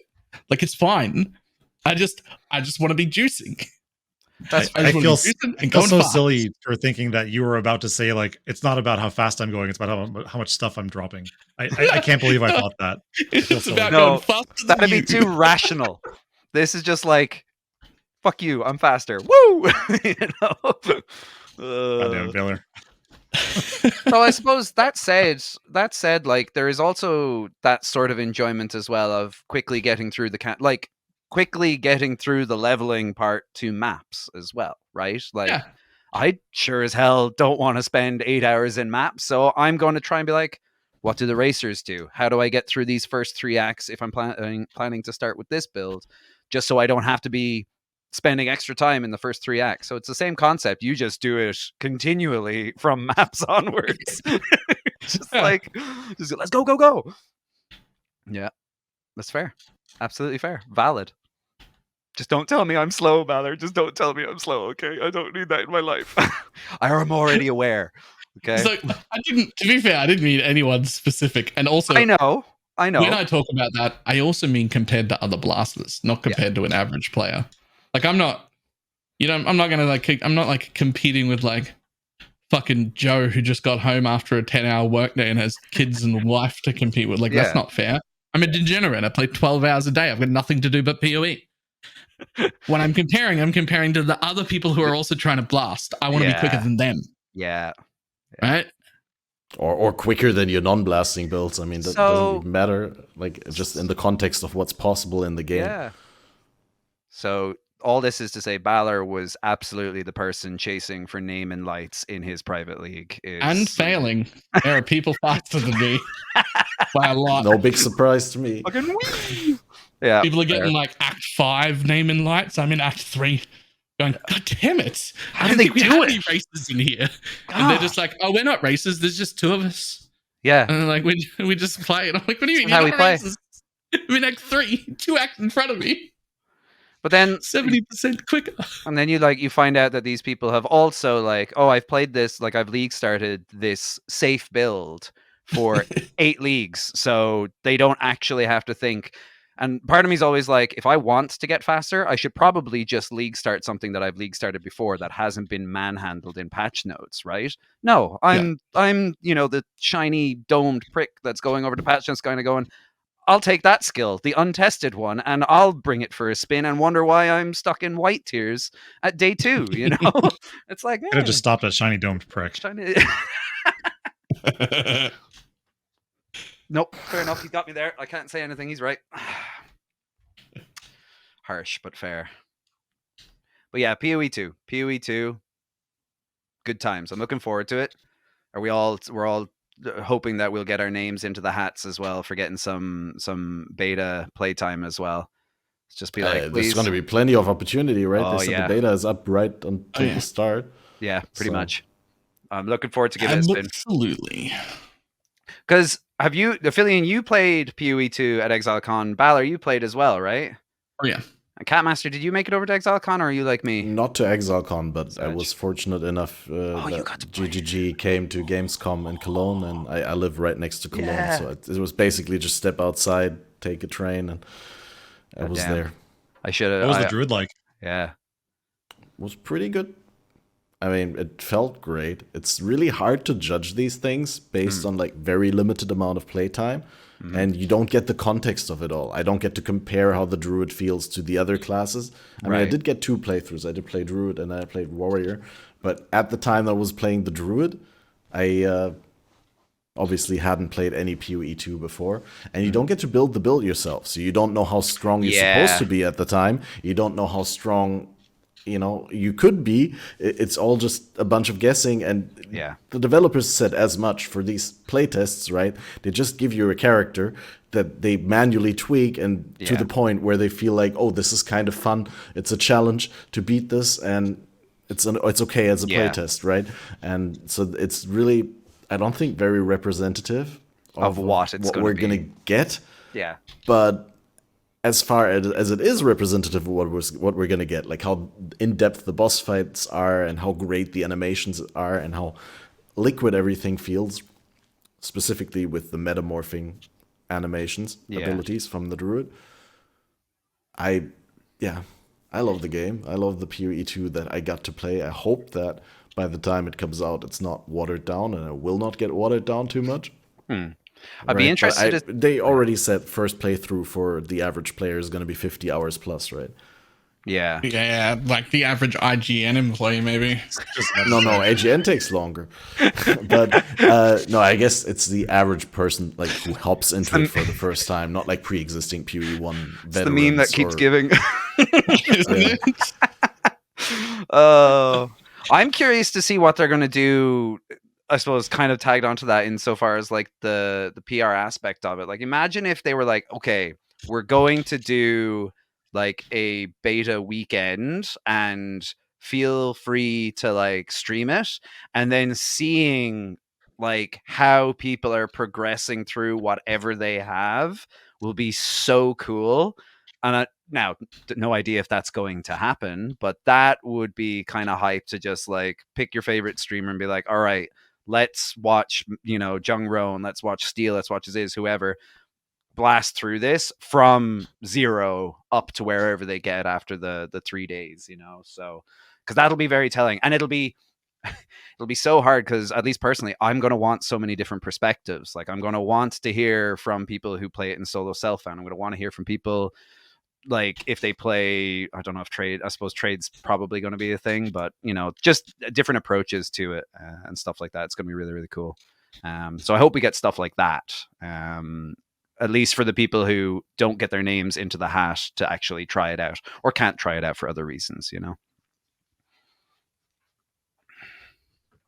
I just want to play the game. Just let me be the mercenary and let me shoot stuff. Okay. That's literally what I told. Just gonna play. Yeah, just want to play. Let me in. Just log in. Let me in. Yeah, it's only very few months until then. I think isn't LE Last Epoch launching in February? Oh, they're actually doing their launch 21st? date. Yeah. I'm ready for that too. There was also other ARPG stuff happening this year between now and then. I also heard Grim Dawn has another expansion. Grim Dawn got an update, a content update as well. I haven't played Grim Dawn in so long, but I enjoyed it when I played. I got confused on the difficulty settings and what expansions I'm meant to go through and in what order, and I got lost in like the desert area, and I'm like, what the fuck am I doing? But I had a blast with it, Okay, I can only find loosely announced for 2024. No actual date on it, but there will be a new DLC. Last Epoch. I've only played it once recently, this last year, and we're gonna have a big problem. By the way, what? Yeah. Well, what? How the hell do? I don't have time to play all the ARPGs. Yes. And this is all I do. Yes. You gotta make a plan of like when PoE 2. Play what. Torchlight Infinite is absolutely amazing and deserves your time. Undecember's really good and got rid of almost all of their pay to win and does reset seasons now. And like compared to when it launched, like they got rid of like almost all of it. Like it's also really good. Grim Dawn's got a patch out. Last Epoch is launching. We've got PoE 1 and PoE 2 beta and then the launch. How am I going to pay? How am I going to play everything? How is anyone going to play Diablo 4 or Diablo 3 season launches? I didn't even list them. They're already gone from my brain. I'm too busy with good There's ARPG. no space. What do you mean? Tech support doesn't have time for this. No, that's the reality of it. Play Diablo. I'm not. No, the reality of that is it's kind of, I think Ziz said it as well. He's like, in an ideal world, which is not going to happen, you have 1 month PoE, you have another month Last Epoch, and then another month something else, and repeat the cycle. With the way the ARPG market is shaking up, I think you're going to have to be like, I'll play this PoE Okay, 2 league. weeks of this. Well, no, Yeah. Of that. or like I was 2 just gonna weeks say of you this. can't skip even a do a league. 3-month schedule because we're No, gonna you have have to go PoE 6. 1 and 2 alternating. So Yeah. you have like 6 weeks between PoE 1 and 2 Yeah. launches. Yeah. No. No? They said 2 months of PoE 2, 1 month of PoE 1. Like that's how it's gonna, didn't they? Is that what I it didn't was? make that up, did I? No, they are both going to be on 3-month launch cycles staggered by a month. So you get 2 months of PoE 2 and then 1 month of PoE 1. Yeah. And each of the respective leagues are 3 months long, and they overlap. So what I'm hoping to do in my dream world is that after a period of time, like, you know, probably 6 months to a year, where I'm just a degenerate on PoE 2. Yes. So we get to the point where I play PoE 2 for a month. Mhm. And then for 1 month, I do variety other ARPGs that fit into that space. And then I do PoE 1 for a month. And then I do PoE 2 for a month. And then I do the variety of other ARPGs. Bro, you're gonna get burned out, man. That's so much ARPG, you know? Like What? it's No, no fine. I credit to you, man. Like even with the month at the end of a PoE 1 league, it's like I'll pick 1, maybe 2 games and be like, I'm really gonna like digest this game. And then, you know, 5 weeks down, it's like, oh, it's PoE time. Bye wherever I was in this game. I won't remember you in 3 months, you know? But yeah, obviously that'll be that 1 month variety of like, you spin a wheel, Balor, you spin a wheel and just be like, what ARPG is it today? Let's go. Whoosh. And just pick. Mine will just be I'll open it up and pick whichever one is the next one launching. Yeah. That's when it's time for me to pick another ARPG. I'm just going to open up. By the way, I've got this half sorted out already. I'm going to finish this soon, probably in the next week or so. But I'm basically building a Google Calendar that I can share with as many people as I want. And I'm going to list all of the launches of all of the ARPG and ARPG adjacent games in a Google Calendar that I can just share to everyone. Look at this. And you can just chuck it on your phone and not have to worry about it. And it'll have the time and date of launch and the name of it and like a link to the website. And that's that. I'm doing it for me because I can't keep track of everything. Yeah. Yeah. But there's no reason I can't just share the Google Calendar with everybody. Would you put your streams and whatnot that are going to be orbiting around the launches then onto the calendar so people? I think so. Yeah. Yeah. I don't see why not. Yeah. Yeah. Yeah, I don't see why not. Look at this. Look at this ARPG guru going hard. He's like, 2024, eat your heart out. I'm gonna eat up every ARPG, says Balor. Yeah, but I'm gonna have to lay it out in like a schedule because like, how am I gonna keep track? There's so much going on. You're half a step away from having like, you know, a personal assistant to just like, you're almost at CEO levels as far as you're concerned now. It's like, tell me what I'm doing next week. I straight up need a VA. That'd be fantastic. I don't even know how much am I gonna play other games when PoE 2 drops. I think I'm just gonna want to play PoE 2 and get good at it. Would a calendar help? The calendar will help. Do calendars. We barely do schedules. Come on. Yeah, exactly. Like this podcast is the most scheduled thing that I do, and it's not very scheduled. Yeah. But it's a good plan. Let me know how that works out as well, Balor. We'll just see Balor just slowly, the bags under his eyes just getting bigger and bigger. And I'll definitely look at your calendar, and I mean, look at it. New games launch. I don't think even if I was completely in the PoE 2 hype right now, and it already dropped, I don't think I would skip Last Epoch launch because that's a game that I've been recurringly playing for years, right, on and off, and I've always enjoyed the new additions and changes that they made, and I'd be curious to see like what is their finished product, like what I mean, not actually what do they consider when it's done and when they want to bring it out. I suppose for you, like, what do you want to see right now with what Last Epoch's got in terms of their end game? Because that's their biggest hurdle ultimately, is making the end game loop be satisfying enough that you want to stick it out for a decent duration. PoE's obviously got it just because it's got 10 years of stuff still wedged into it.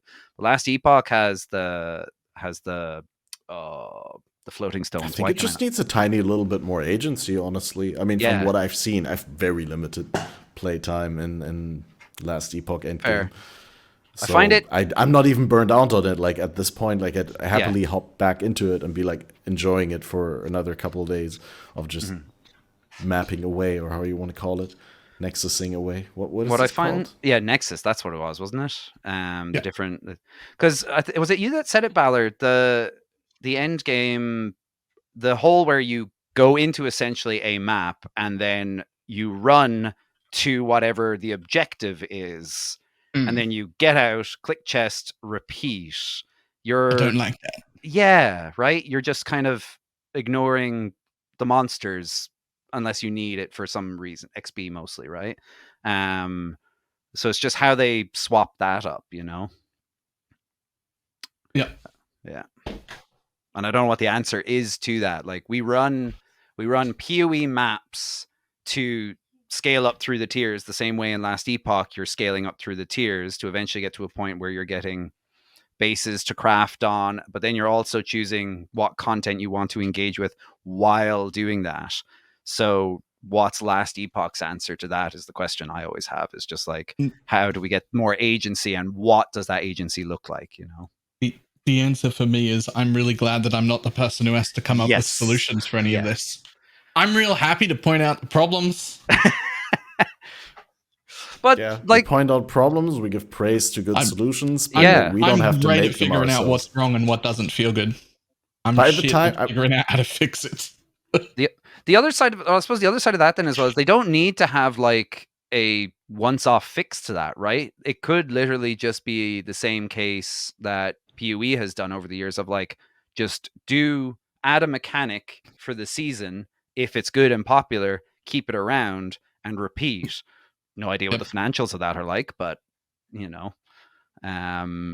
then just flesh it out like that over time, and whether or not that would work or if that would be satisfying enough for people to stick with it. But already people like the crafting. The crafting has been really, really great with Last Epoch, and then the classes and how you're able to respec around and change up your build on the fly without having to necessarily go through re-leveling an entire new character is very attractive to a large section of the ARPG market, so they've definitely got something there. So it's just how they capitalize on it,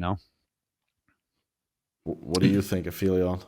You're an Epoch enjoyer, or you're looking forward to another ARPG? What do I think? Hello. PoE 2 comes out in, the closed beta comes out, or I guess open beta maybe, whenever the beta comes out in June. I'll be playing that. I love it. He's got us. He's right. Look, you know what? He knows, what you want, and that's all that matters. That's all that. I just love playing PoE. It's just it's just like I love this series of games. I love ARPGs in general, but I can't see myself sinking my time into another one just because I'm so immersed in this one. Like when I go to play another game, it's another genre. Like I'll go play Satisfactory, I'll go play Valheim, I'll go play something else. But Kerbal. Like if Kerbal, yep, I'm crashing rockets into the runway by accident. But like, yeah, if I'm gonna play an ARPG, it's like what I'm working on next in PoE, or I guess PoE 2 coming up, which I'm very much looking forward to. Yeah, that's a fair point. For my personal enjoyment, I'd almost agree if it wasn't for the aspect that, so the original idea why I play other ARPGs is because I just want to see what's out there, and I want to get a better understanding of how these games make us do what they make us do, so I could talk about it here on the podcast. But what I found with playing other ARPGs is that it enhances my enjoyment for PoE 1, or probably PoE 2 as well, because I just noticed so many things that how good they're done, right? Like how other games, like so many things I take for granted. That's what I'm looking for. Yes. It's like the grass can be greener on the other side, and then you're over there and you're like, yeah, they kind of had it going well over there, back over there. We might just cross back over, and so for sure. I big agree with that point as well, of like seeing what the ARPG genre is cooking across the board, because it's a genre that, I suppose, what would we say, over 30, 40 years hasn't seen huge changes to it, or like huge mix-ups with it. And it's only really, at least personally, I might be entirely wrong here, but from my own experience with it, it's like the past 10 years ARPGs have really started to come back. But, yeah, because PoE showed everyone how it's done, right? How it's done. PoE showed everyone, hey, there's money in it, and if you just stick to what you really want to make and go for it, then yeah, for sure, people come with you. Yeah. Well, my science. I guess other games in the space were making money as well, but no one was making a game that was as good as PoE. It's just they really set the standard. You could argue in the same kind of way, like okay, it's a very, very, very poor like comparison or parallel, but you have Baldur's Gate 3 that got released, and that, just in terms of the RPG genre and even just games in general, people are like, oh, this is up here. At some point, PoE was like, we're going to do that. Like, we are going to be a standard of some kind, So it's cool to check out other games in that genre to see what they're doing to maybe try and challenge the standard in some kind of way, or do something new and something exciting, So it's a good time to be enjoying the ARPGs. Yeah, that's a great note to slowly round things off here, I think, before we start to go in circles. And I also have to really quickly prepare my BPL tonight still, because there's not much time left before when does it starts start? off. Friday night, I believe. Actually, I haven't looked up the start time. I think Really Friday night that. the same time as league start. I've always enjoyed anytime I've been involved in BPL. It's a fantastically run event. Great people that play, great people that organize it. Really good experience. I hope you have a blast. Yeah. So it's like 7 hours ago, but then on a Friday night. Just don't come in last. Don't drag the team down. Just channel your inner Baylor. Just go. Be faster. Be faster. Better. Just be faster than not only their magic finders, but your magic finders. Yeah. Like dumpster your magic finders. Always. Just be like, look, I know that you got that bow, but I should have it so I can be better than you. Just splintering the team before it even starts. Yeah, fair. I'll just streamer RNG craft my own bow, like 2-3 essences, and we rolling. Easy. Streamer RNG. Turn on the client. Turn on the streamer client. How does your RNG normally stack up, Cap? Like, do you find you have decent RNG? Hit or miss, honestly. Hit or miss? All right, okay. Like, I mean, sometimes, most of the times I only have good RNG if I don't need it. But, like, sometimes, like on League Start, I think it was pretty spot on. Yeah. Like, I 6-linked the chest really quickly, and then I hit those 2 back-to-back Divine Altars in maps. So that was cool, because I don't see any Divine Altars ever. But apparently then was one in one map and the other one in the next one. But, then you find that weird chest piece from, like, a Voidborn Reliquary Key, like the energy shield thing, and you're like, should I delete that or vendor it? And you're like, no, let's see how fast it 6 sockets. Oh, that was fast. Let's see how fast it 6 links. And then 1,500 fusings later, you're like, why did I not just delete it?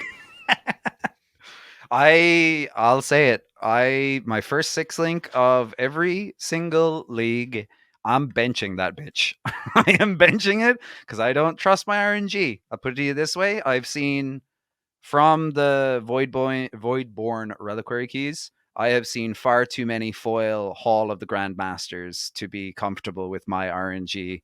So Or I got Yeah. I got 2 Annihilating Lights last league. That was cool. They were both the lowest possible roll you could have them, but they were a shiny, So it's just kind of like, just bench the first 6 link. Save yourself the trouble and just bench yourself the 6 I mean, in link. SSF or in like a small private league, you're 100% Anything. right. But like, Just anything. No, anything. Don't do it to anything. yourself. It just... I have a thing, which is Oh. as soon as I get to maps, the first 6 link on a 6 socket on an appropriate base, I will spend all of my fuses on, which usually is 15 to 30 fuses. And if that 6 links, great. And if it doesn't, say 1500 or buy a 6 link. That's it. Kindred Spirit, let's go. I will spend the first 6 socket that drops in maps. I'll just try my RNG on it with whatever I've got, and then I'm never spending another one. That's it. Yeah. Why am I still picking up 6 sockets to vendor, you ask? Because I have to. There is a mission here, and it involves 1500 of the fusings, so I'm gonna do it. If you don't like it, watch another streamer for the time. Yeah. where do you stand on that, Aphelion? I couldn't Bench disagree or no more bench? with all of you. I never benched ever. Yeah. I Hillock 30 quality and I spam fuses. And what I think Neon said in, I believe it was the Gazi DM interview with him, was that they're gonna add some way to quickly spam fuses by holding down the mouse button or something. I can't remember the exact detail. That might change what my plan. Yeah, because this is the biggest problem. Compression. I'm literally gloves. wearing compression gloves. Yeah. This is not a fashion statement. This is my hands have problems. Yeah. And when I play video games, they hurt. But when I play PoE, they hurt 15 times as much as any other game. So I don't link or fuse things.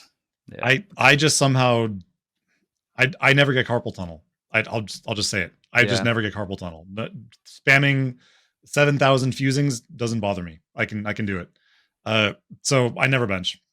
I'm somehow, my forearms are freakish. I can't tell you what happened. you meet Aphelion at ExileCon, and you can clearly tell which is his fusing arm because his forearm is just built like Huck's thigh. It's just unreal. It's like, I see you've been doing your tailored left clicking on stuff to link it. Very cool. Over here. Besides, I like gambling, so I never bench. Yeah. We'll see. Well, I suppose I was going to say, like, are you banking on for your plan for this next character? Is there a big ticket item that you need to farm out, I suppose? And I pray your RNG holds for that. Well, the very last thing, the last big thing I need is to finish crafting the Sadist Garb. Right. So it's a eye level 85 fractured Sadist Garb with T3 suppress on it. Oh. And I need to hit T1 flat, T2%, and then just something decent for a third prefix before I move on to the suffixes. Yeah. I hit Not T1 even plus flat. one curse bench delve base. No. I have an anathema ring. I don't need that. I hit T1 flat, T2% with some fossils, and went to slam a third prefix, and I got the literal second worst result. So I scoured it. I'm starting over. So I'm the rage scour. I'm delving for more fossils, and I'm gonna try again. So once I get that done, then the next build can start. Fair. Well, I pray that my RNG holds up because I am farming. What are you up to? I'm farming Uber. The plan is I have a penance brand character to do Uber Eater, sort of. I've got 80% good enough items on it. We're going to need to do a bit better than that on the penance brand. But I leveled a Wander to farm up the invites. And I'm now trying to decide if I want to, which 2 maps do I want to subject myself to for said farm? Could just run in, wait till the altar procs, and then back out, but I'll burn through maps. Or I could do Coves, Iceberg, and pray that we see the div cards for the Fractured Orbs. That'd be pretty cool. Unlikely. Or I can relive my Purgatory last league where I was farming Residents instead of Uber Eater to hopefully see the Nimbus div card drop and then gamble that up. But as Aphelion will confirm, I poorly magic founded for that. For that. You did a great job last I week. Don't did worry such a You great did job. So You did great. It was like a very flaccid 600 maps, and I was like, it'll happen.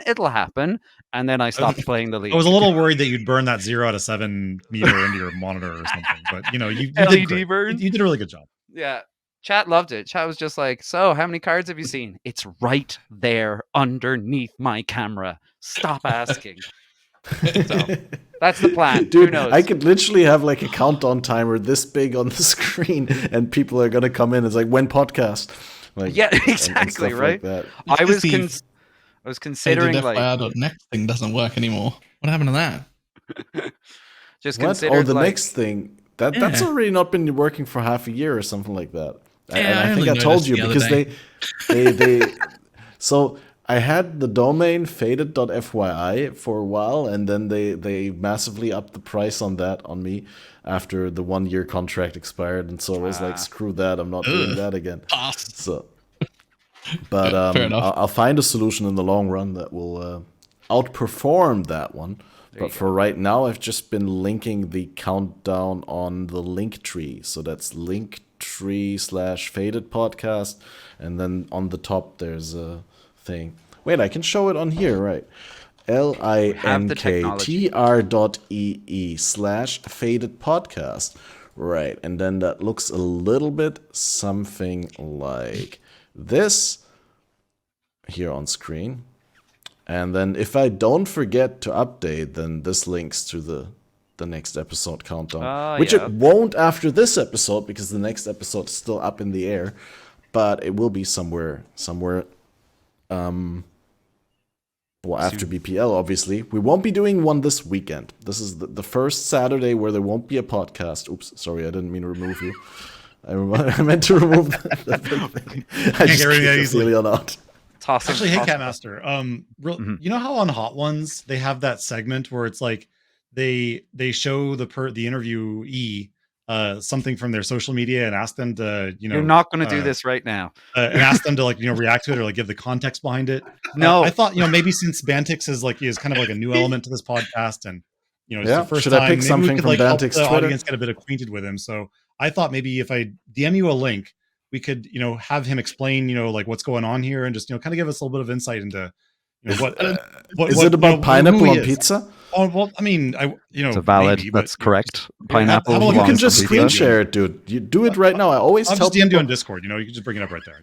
Oh god. Maybe you could even just read it for us. Just let us. I just want you to know, Aphelion, Spade. that I will remember this. I've got the dark side gif if we want to fire back here now, Chief. Wait, what is this even? That's a great Well, question. it's Let's end the podcast. It's like the social media deep dive, right? It's just maybe we could just ask him. What is this even? Oh my god, I forgot about this. You hit him with this one? I thought it was going to be the other one. You mother... I'm not gonna read this out. No. Bex, my chat is being super willy and Pepega. Please no mute cause of this word. What this? Please save me from their two-head patty What on earth are you doing on Twitter? Look, it was dark day. Somebody take away this guy's ability to post on Twitter. It was a dark day, and if this didn't turn Elon off of purchasing Twitter, I don't know what could have stopped him. But thank you, Aphelion. The context of this was I can't remember, and I'm just glad it was this and not the other one. So I should not be allowed near Twitter, but you can't take it away from me. So fuck a duck. It's mine. Wait, so what did you not like about the card, or what was that? It was a card for level 6 Awakened Support Gem Corrupted. No, legitimately, I cannot remember what we were given out about. Chat was hounding me for something or about this card. So, okay, I make in real life div cards, and it's very likely that I was giving out about the design because chat wanted me to make that div card. Thus, I was asking Bex, what's going on with this card? Yada, yada, yada.